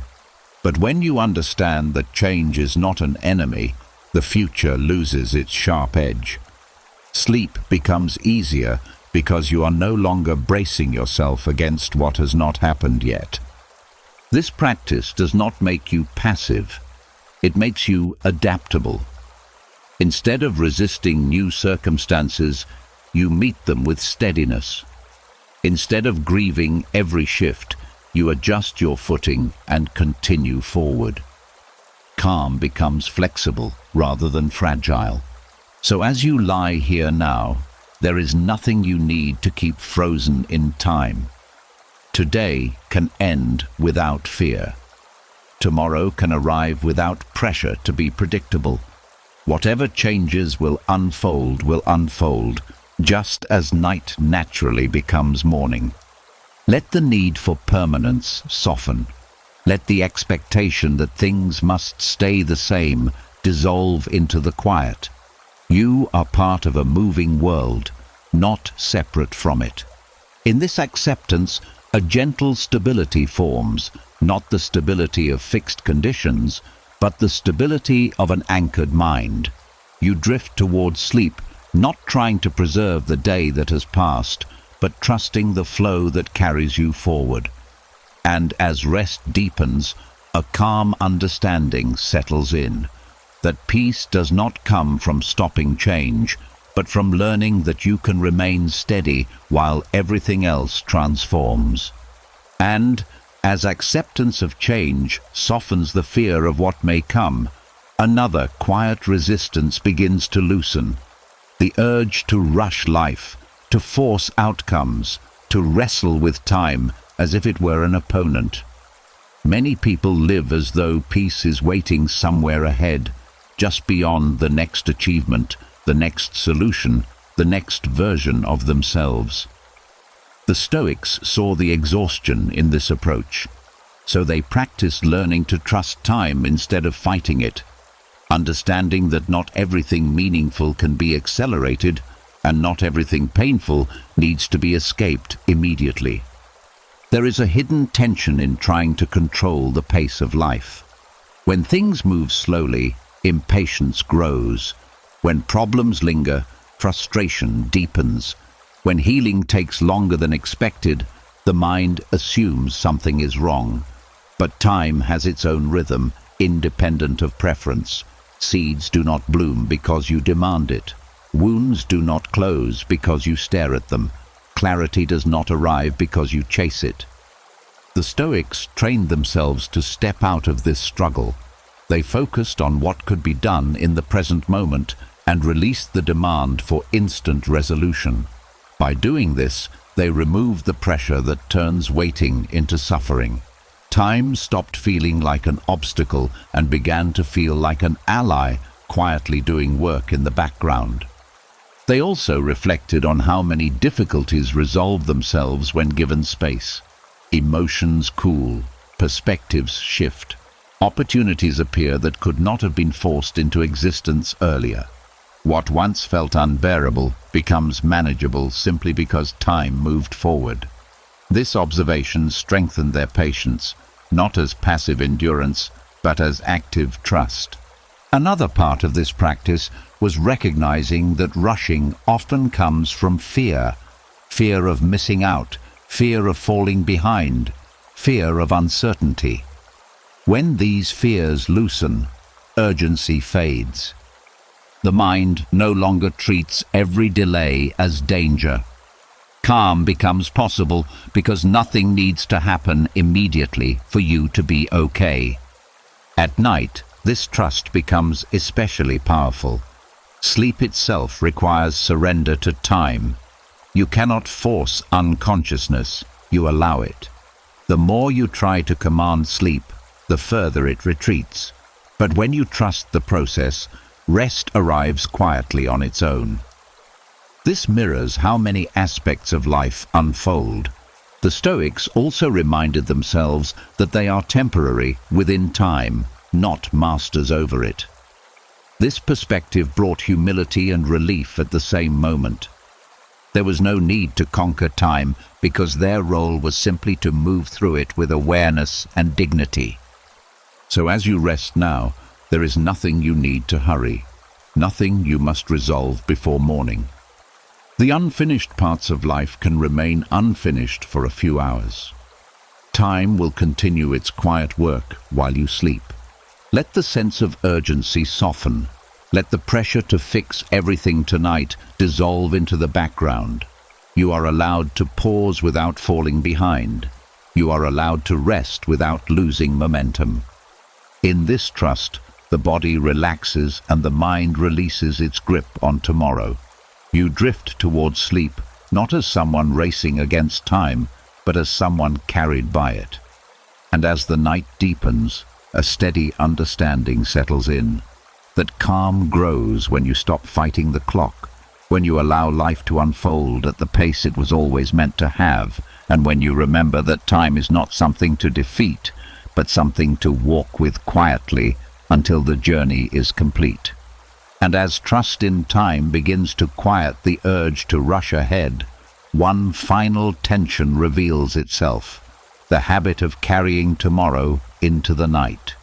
Many people lie down, but their minds remain standing in the future, rehearsing conversations that have not happened, solving problems that have not arrived, fearing outcomes that may never exist. The Stoics recognized that this habit steals rest from the present, so they practiced surrendering the future each night, not as an act of defeat, but as an act of wisdom. They understood that the future is not something you can hold while you sleep, and trying to do so only keeps the mind alert when it should be at peace. There is a quiet exhaustion that comes from planning beyond your control.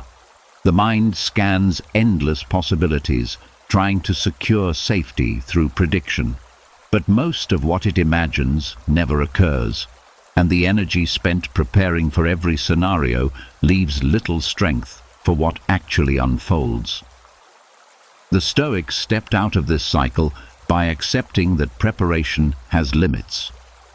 Beyond a certain point, thinking becomes strain rather than strategy. They often ended the day by reviewing what was done and releasing what was not. If something could be addressed tomorrow, it was placed gently in tomorrow's hands. If it could not be controlled at all, it was returned to the larger order of life. This ritual created a boundary between effort and rest, allowing the mind to close unfinished loops without needing immediate answers. Another part of this practice was recognizing that the future is shaped by character more than calculation. When you trust your ability to respond wisely, you no longer need to simulate every outcome. Confidence replaces worry because you know you will meet whatever arrives with steadiness. This inner readiness removes the urge to over-prepare mentally. They also reflected on how many fears about tomorrow dissolve once tomorrow becomes today. What seemed overwhelming from a distance becomes manageable up close. By remembering this, they weakened the illusion that constant anticipation protects them. Peace came from presence, not projection. At night, surrendering the future becomes a form of compassion toward yourself. You are acknowledging that the mind deserves rest, that vigilance cannot be sustained without damage, that calm is not irresponsible. The nervous system begins to power down because it senses there is nothing left to guard. This surrender does not mean indifference to life. It means trusting that life will still be there when you wake. The responsibilities, the opportunities, the uncertainties, all of them can wait a few hours without collapsing. You are not abandoning them. You are simply placing them outside the door until morning.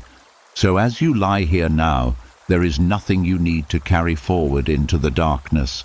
Tomorrow does not need supervision. It does not require your thoughts to keep moving. It will arrive on its own, just as night arrived without effort. Let the images of the future fade. Let the questions remain unanswered for now. You are allowed to rest without knowing what comes next. In this surrender, sleep deepens naturally. You drift not as someone trying to control what has not happened, but as someone who has returned to the only place peace exists, the present moment.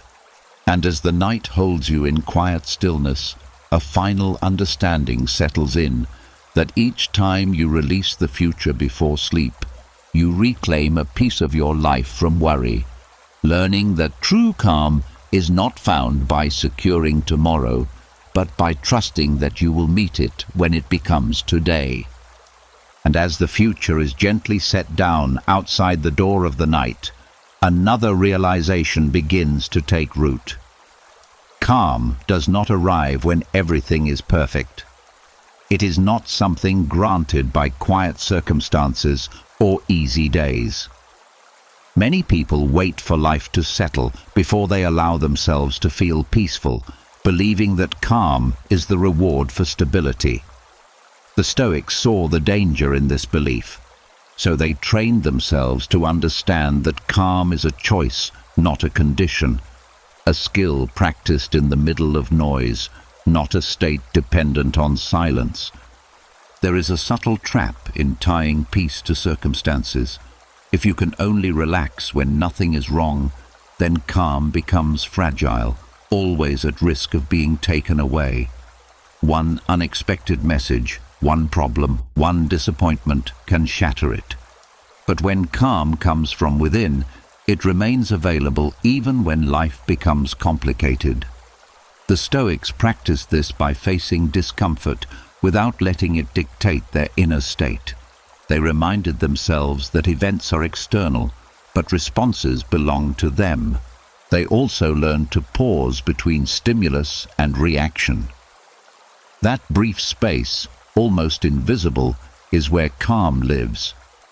Instead of responding immediately to frustration, fear, or pressure, they allowed a moment of awareness to intervene. In that pause, emotion loses its urgency and choice becomes possible. This is how the brain slowly learns that agitation is not mandatory.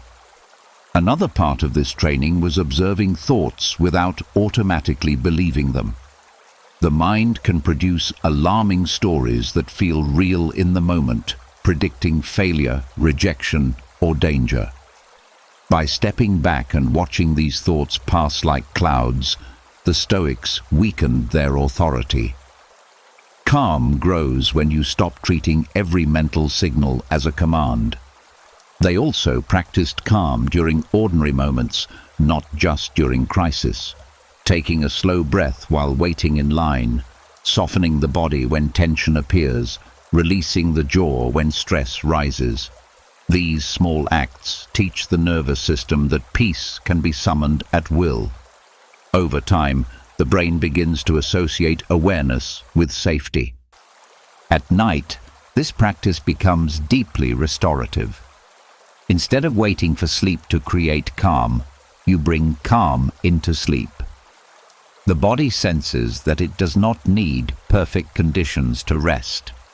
Even if the day was heavy, even if tomorrow feels uncertain, tranquility can still be chosen in this moment. This understanding removes helplessness. You are no longer dependent on circumstances behaving in your favor. Calm becomes portable, something you carry rather than something you search for. It remains accessible whether the world is quiet or chaotic. So, as you rest now, there is nothing that must change for peace to be present. The room does not need to be perfect. Your life does not need to be resolved. Your thoughts do not need to disappear completely. Calm can exist alongside unfinished things. Let the body soften deliberately. Let the breath slow on purpose. You are not waiting for calm to happen. You are allowing it to begin. In this quiet decision, the mind settles into a deeper stillness. You drift towards sleep, not because conditions are ideal, but because you have chosen peace anyway. And as the night carries you inward, a steady truth settles into the subconscious. That calm is not a fragile state granted by the world, but a quiet power you can return to again and again, regardless of what surrounds you. And as calm becomes something you can choose rather than something you wait for, another layer begins to fall away. The roles you wore all day, the careful expressions, the measured responses, the strength you displayed even when you were tired. Many people lie down still carrying the version of themselves the world expects, as if sleep were just another stage where the performance must continue. The Stoics practiced something different. They learned to enter sleep without social masks, returning to the simplest version of themselves before the mind drifts into rest. There is a quiet exhaustion that comes from maintaining an image, being the strong one, the agreeable one, the successful one, the unbothered one. These roles serve a purpose in daylight, helping us move through society, but they become heavy when carried into the night. The nervous system remains alert because it believes it still has something to uphold. True rest begins when the mind understands there is no audience here. The Stoics reflected each evening on the difference between who they appeared to be and who they actually were, not with judgment, but with honesty. They allowed themselves to acknowledge fears, doubts, fatigue, even moments of weakness. By doing this, they removed the pressure to be invulnerable. Calm deepens when you no longer need to defend an identity. They also practiced speaking to themselves as they would to a trusted friend. Gentle, clear, without harsh criticism. The inner voice often mirrors the expectations of others, pushing you to do more, be more, prove more. Replacing that voice with compassion signals to the brain that the day's demands have ended. Another part of this practice was releasing comparison.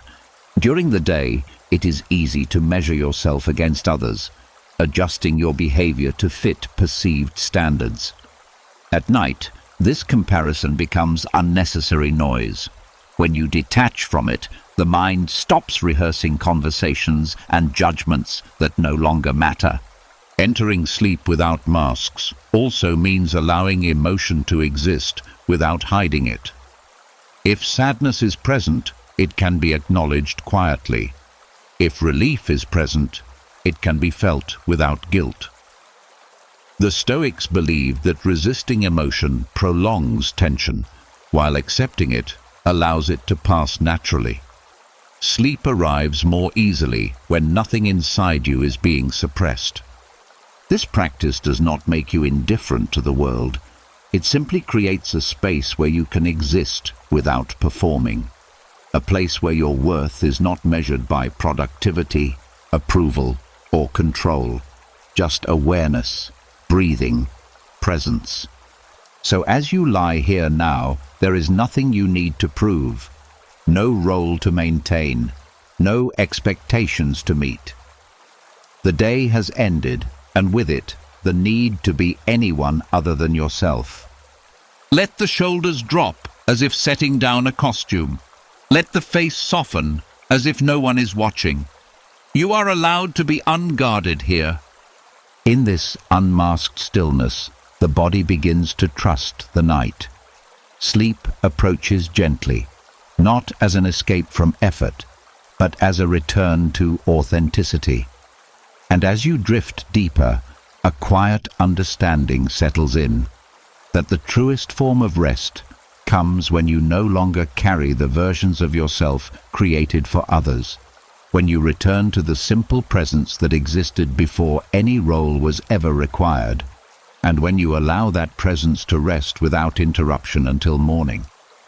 And as the masks fall away and the need to perform dissolves into the quiet, another habit of the mind begins to reveal itself: the craving for stimulation, the pull toward noise, drama, urgency, constant movement.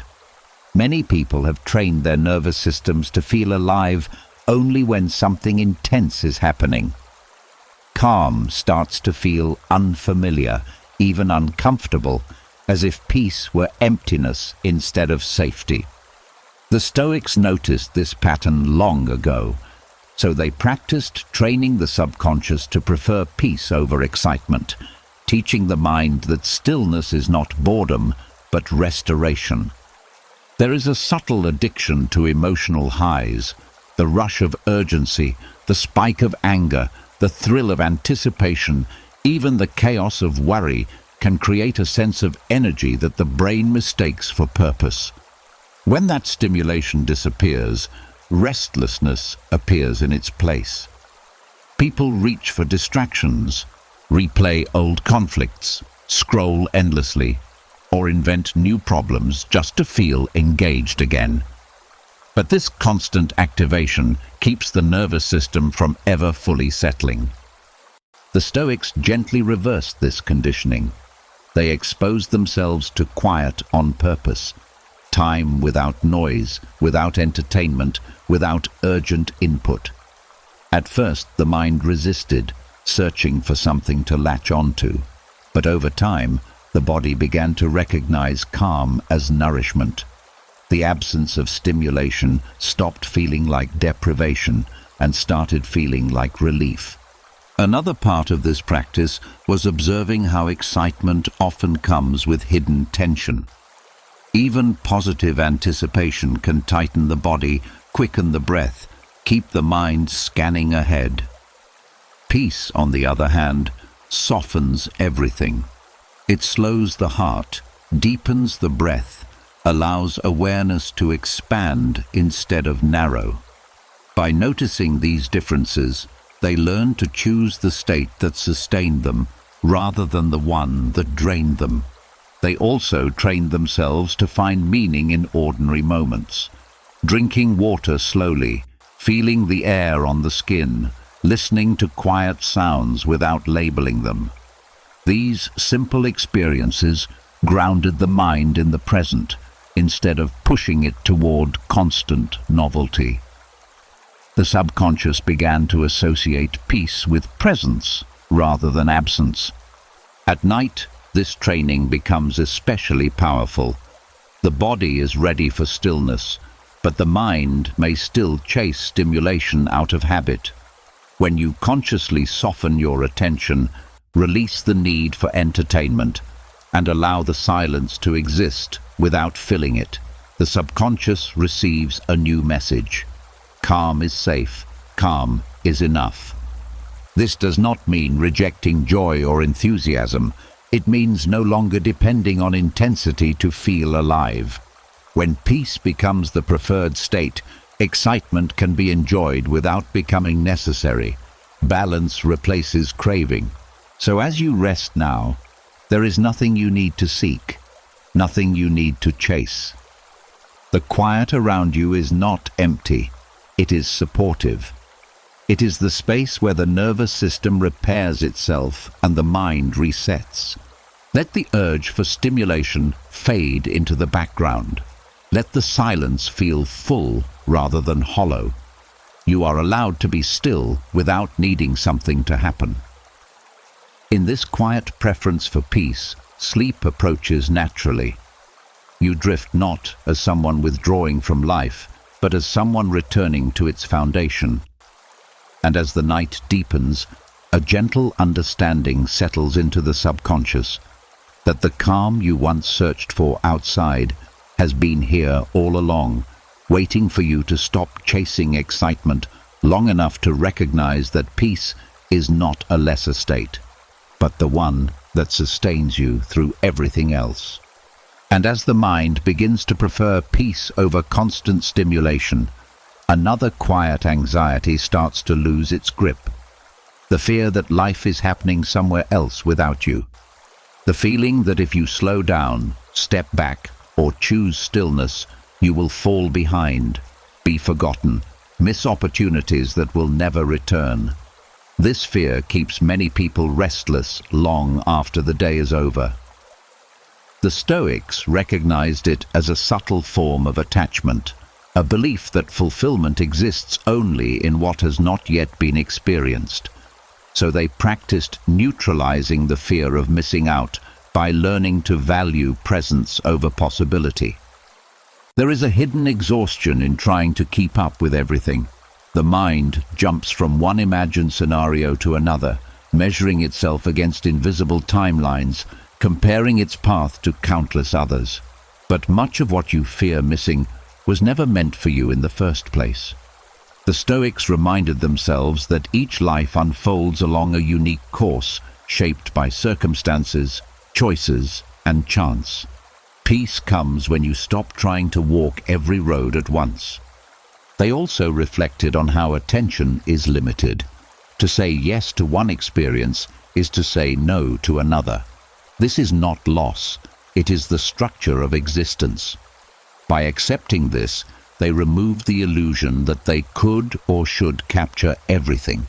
Instead of viewing each decision as a closed door, they saw it as a deliberate step forward. Another part of this practice was questioning the assumption that more experiences automatically lead to more happiness. Many pursuits promise excitement, but deliver only temporary distraction. The Stoics valued depth over variety, preferring to engage fully with what was present rather than sampling endlessly without satisfaction. Calm grows when you stop scanning for alternatives and settle into what is already here. They also reminded themselves that comparison fuels this fear. Seeing others' achievements, celebrations, and adventures can create the impression that everyone else is living more fully. But these glimpses are fragments, not complete stories. By withdrawing attention from constant comparison, they protected their contentment. At night, this fear often becomes louder. The quiet leaves space for thoughts about what you could have done differently, where you could have been, who you could have become. Neutralizing it requires returning to a simple truth. The day you lived was the only one available to you. Nothing real was lost by living it as you did. This acceptance softens urgency. You no longer need to chase every possibility to feel complete. Life becomes something you participate in, not something you race against. So as you lie here now, there is nowhere else you need to be. Nothing essential is happening beyond this moment that you must witness. The world can continue turning without your supervision. Let the pressure to keep up dissolve. Let the sense that you are falling behind fade into the quiet. You are exactly where your path has brought you, and that is enough for now. In this release, sleep arrives more gently. You drift not as someone excluded from life, but as someone finally resting inside it. And as the night deepens, a calm understanding settles in. That peace grows when you stop measuring your life against invisible standards, when you trust that what is meant for you will meet you in time, and when you realize that the only moment you can truly miss is the one you refuse to inhabit. And as the fear of missing out fades and the mind stops scanning for what might be happening elsewhere, a new challenge quietly appears, the noise that never seems to stop. Not just the sounds around you, but the constant stream of opinions, alerts, conversations, expectations, and internal commentary that fills every empty space. Many people believe peace requires a silent environment, something rare and fragile. The Stoics understood that waiting for the world to quiet down is a losing strategy. So they practiced inner silence in the middle of noise, learning to create stillness within even when life around them remained loud. There is a difference between external noise and internal noise. The outside world may be busy, unpredictable, even chaotic, but the real disturbance comes from how the mind reacts to it. When every sound becomes a signal, every interruption a threat, the nervous system stays alert as if danger is everywhere. The Stoics trained themselves to let external noise exist without inviting it into their inner space. They treated it like weather, noticeable but not personal. They also practiced withdrawing attention from what did not require a response. Not every conversation needed participation. Not every opinion needed evaluation. Not every piece of information deserved space in the mind. By becoming selective about what they engaged with, they reduced the volume of their inner world. Silence grew not from the absence of sound, but from the absence of unnecessary involvement. Another part of this practice was returning to the breath whenever distraction pulled them outward. A slow inhale, a steady exhale, a quiet reminder that awareness can anchor you even when everything else is moving. The breath became a doorway back to stillness, available at any moment without needing special conditions. They also learned to observe thoughts without amplifying them. Noise often continues long after the external source disappears because the mind keeps replaying it. By noticing this habit, they interrupted it. A sound could occur, be registered, and then fade away without becoming a story. At night, inner silence becomes especially valuable. The world may still hum outside, distant traffic, faint voices, shifting air, but none of it needs to follow you into sleep. When you stop resisting noise, it loses its power to disturb. It becomes part of the background rather than the center of attention.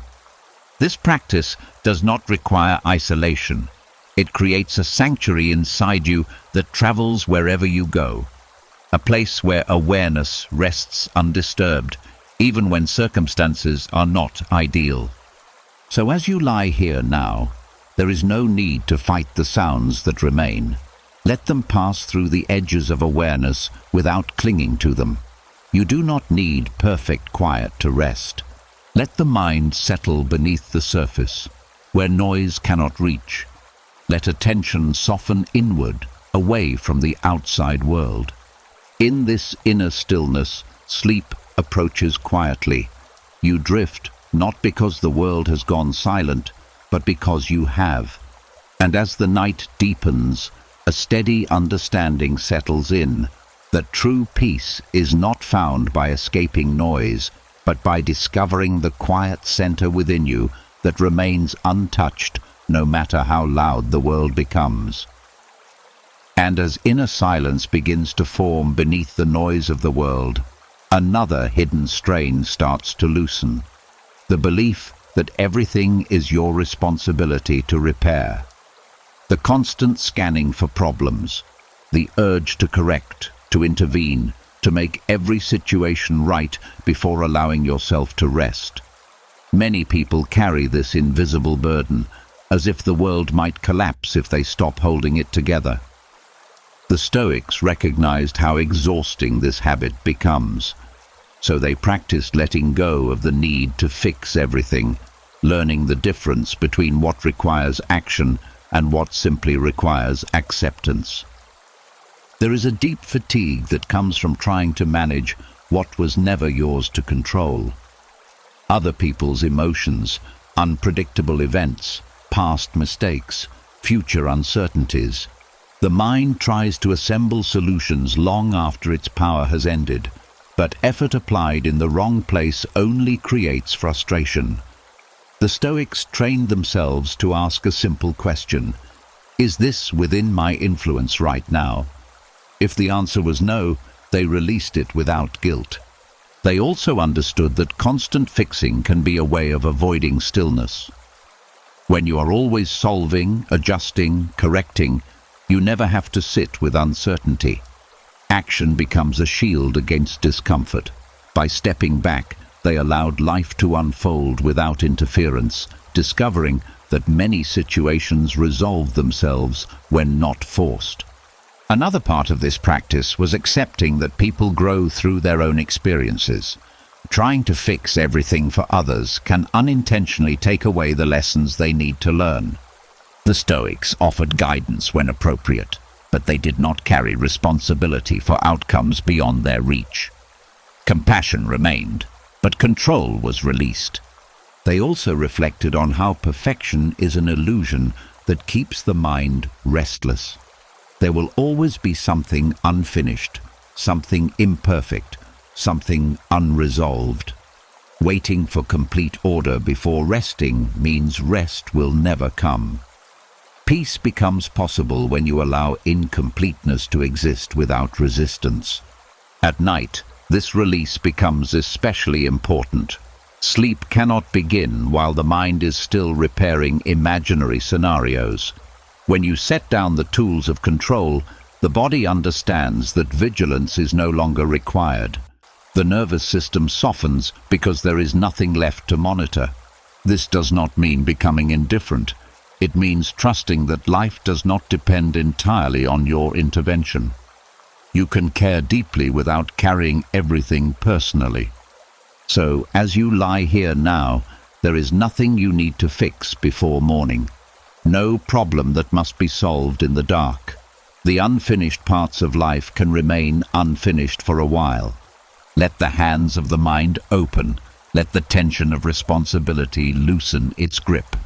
You are allowed to pause without neglecting what matters. In this surrender, sleep approaches gently. You drift not as someone abandoning the world, but as someone finally stepping out of a role that was never meant to be permanent. And as the night deepens, a quiet understanding settles in. That calm grows when you stop trying to control every outcome, when you allow life to carry its own weight, and when you remember that rest itself is not a failure to fix things, but a necessary return to balance before you begin again.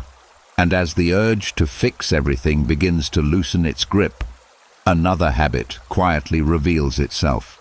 The endless loop of thinking about things that cannot be solved through thinking alone. The mind replaying conversations, predicting outcomes, dissecting small details as if clarity will eventually appear through sheer repetition.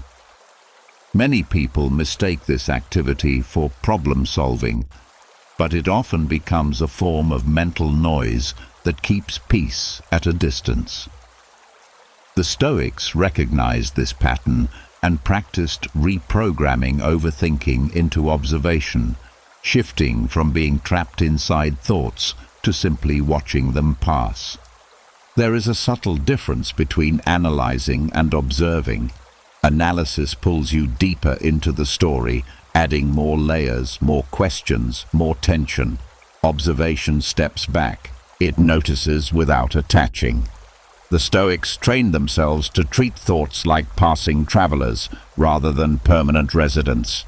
A worry could appear, be acknowledged, and continue on without being invited to stay. They also understood that overthinking is often fueled by the need for certainty. The mind keeps turning the problem around, hoping to uncover the one perspective that will remove doubt completely. But life rarely offers that kind of final answer. By accepting uncertainty, they remove the fuel that keeps the thinking cycle alive. Another part of this practice was recognizing that thoughts are not commands. Just because the mind produces a scenario does not mean it must be explored. Just because a memory surfaces does not mean it must be relived. By gently redirecting attention to the present moment, the sensation of breathing, the weight of the body against the bed, the quiet rhythm of the night, they retrained the brain to return to reality instead of drifting into endless mental projections. They also learned to label thoughts simply. Not "this is a disaster," but "this is a worry." Not "I can't handle this," but "this is a fear." This small shift weakens emotional intensity because it creates distance between you and the thought. You are no longer inside it, you are aware of it. At night, this transformation is especially powerful. Overthinking thrives in darkness when distractions fade, but observation turns the night into a calm space rather than a mental battlefield. Thoughts may still appear, but they no longer demand participation. They become background movement instead of the center of attention. This practice does not silence the mind completely. It changes your relationship to it. Instead of being pulled in every direction, you remain grounded, steady, aware. So, as you lie here now, there is nothing you need to solve, nothing that must be figured out before sleep arrives. If a thought appears, let it be seen and let it pass, like a cloud drifting across an open sky. Let the mind rest from trying to control itself. Let awareness remain gentle and wide, not focused and strained. In this quiet observation, sleep begins to unfold naturally. You drift not because every thought disappeared, but because none of them needed to hold you anymore.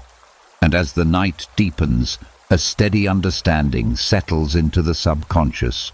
that peace is not found by forcing the mind to stop thinking, but by learning to watch without becoming entangled, allowing the inner world to settle on its own when it is no longer being stirred by resistance.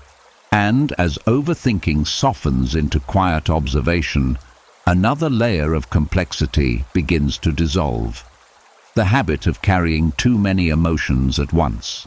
The day fills the mind with reactions, disappointments, small victories, lingering tensions, scattered concerns. By nightfall, the inner world can feel crowded, as if every feeling is still competing for attention. The Stoics understood that rest requires simplification. So they practiced the nightly discipline of emotional simplicity, gently reducing the inner noise until only what truly mattered remained. There is a hidden weight in emotional clutter, not just strong feelings, but the accumulation of small ones left unresolved. Irritation from a conversation, worry about something unfinished, quiet resentment, subtle guilt, unspoken expectations. None of these may seem overwhelming alone, but together they create a restless background hum that prevents the mind from settling. Emotional simplicity begins by noticing this build-up without judgment. The Stoics trained themselves to sort their feelings before sleep, not by analyzing each one endlessly, but by asking whether it still deserved space. If something could not be changed tonight, it was set aside. If something had already passed, it was allowed to remain in the past. They reduced the emotional landscape to what was real in the present moment. Breathing, awareness, the quiet fact of being alive. Another part of this practice was distinguishing between what was felt and what was added by interpretation. Often the mind amplifies emotion through stories, imagining hidden meanings or future consequences. By returning to the raw sensation instead of the narrative, they removed layers of intensity. Sadness could simply be heaviness. Tension could simply be tightness. Without the story, emotions lost their urgency. They also practiced gratitude as a simplifying force, not as a forced positivity, but as a quiet acknowledgement that something went right today, no matter how small. This shifted attention away from what was missing toward what was present. Calm grows when appreciation replaces constant evaluation. At night, emotional simplicity becomes a form of mercy toward yourself.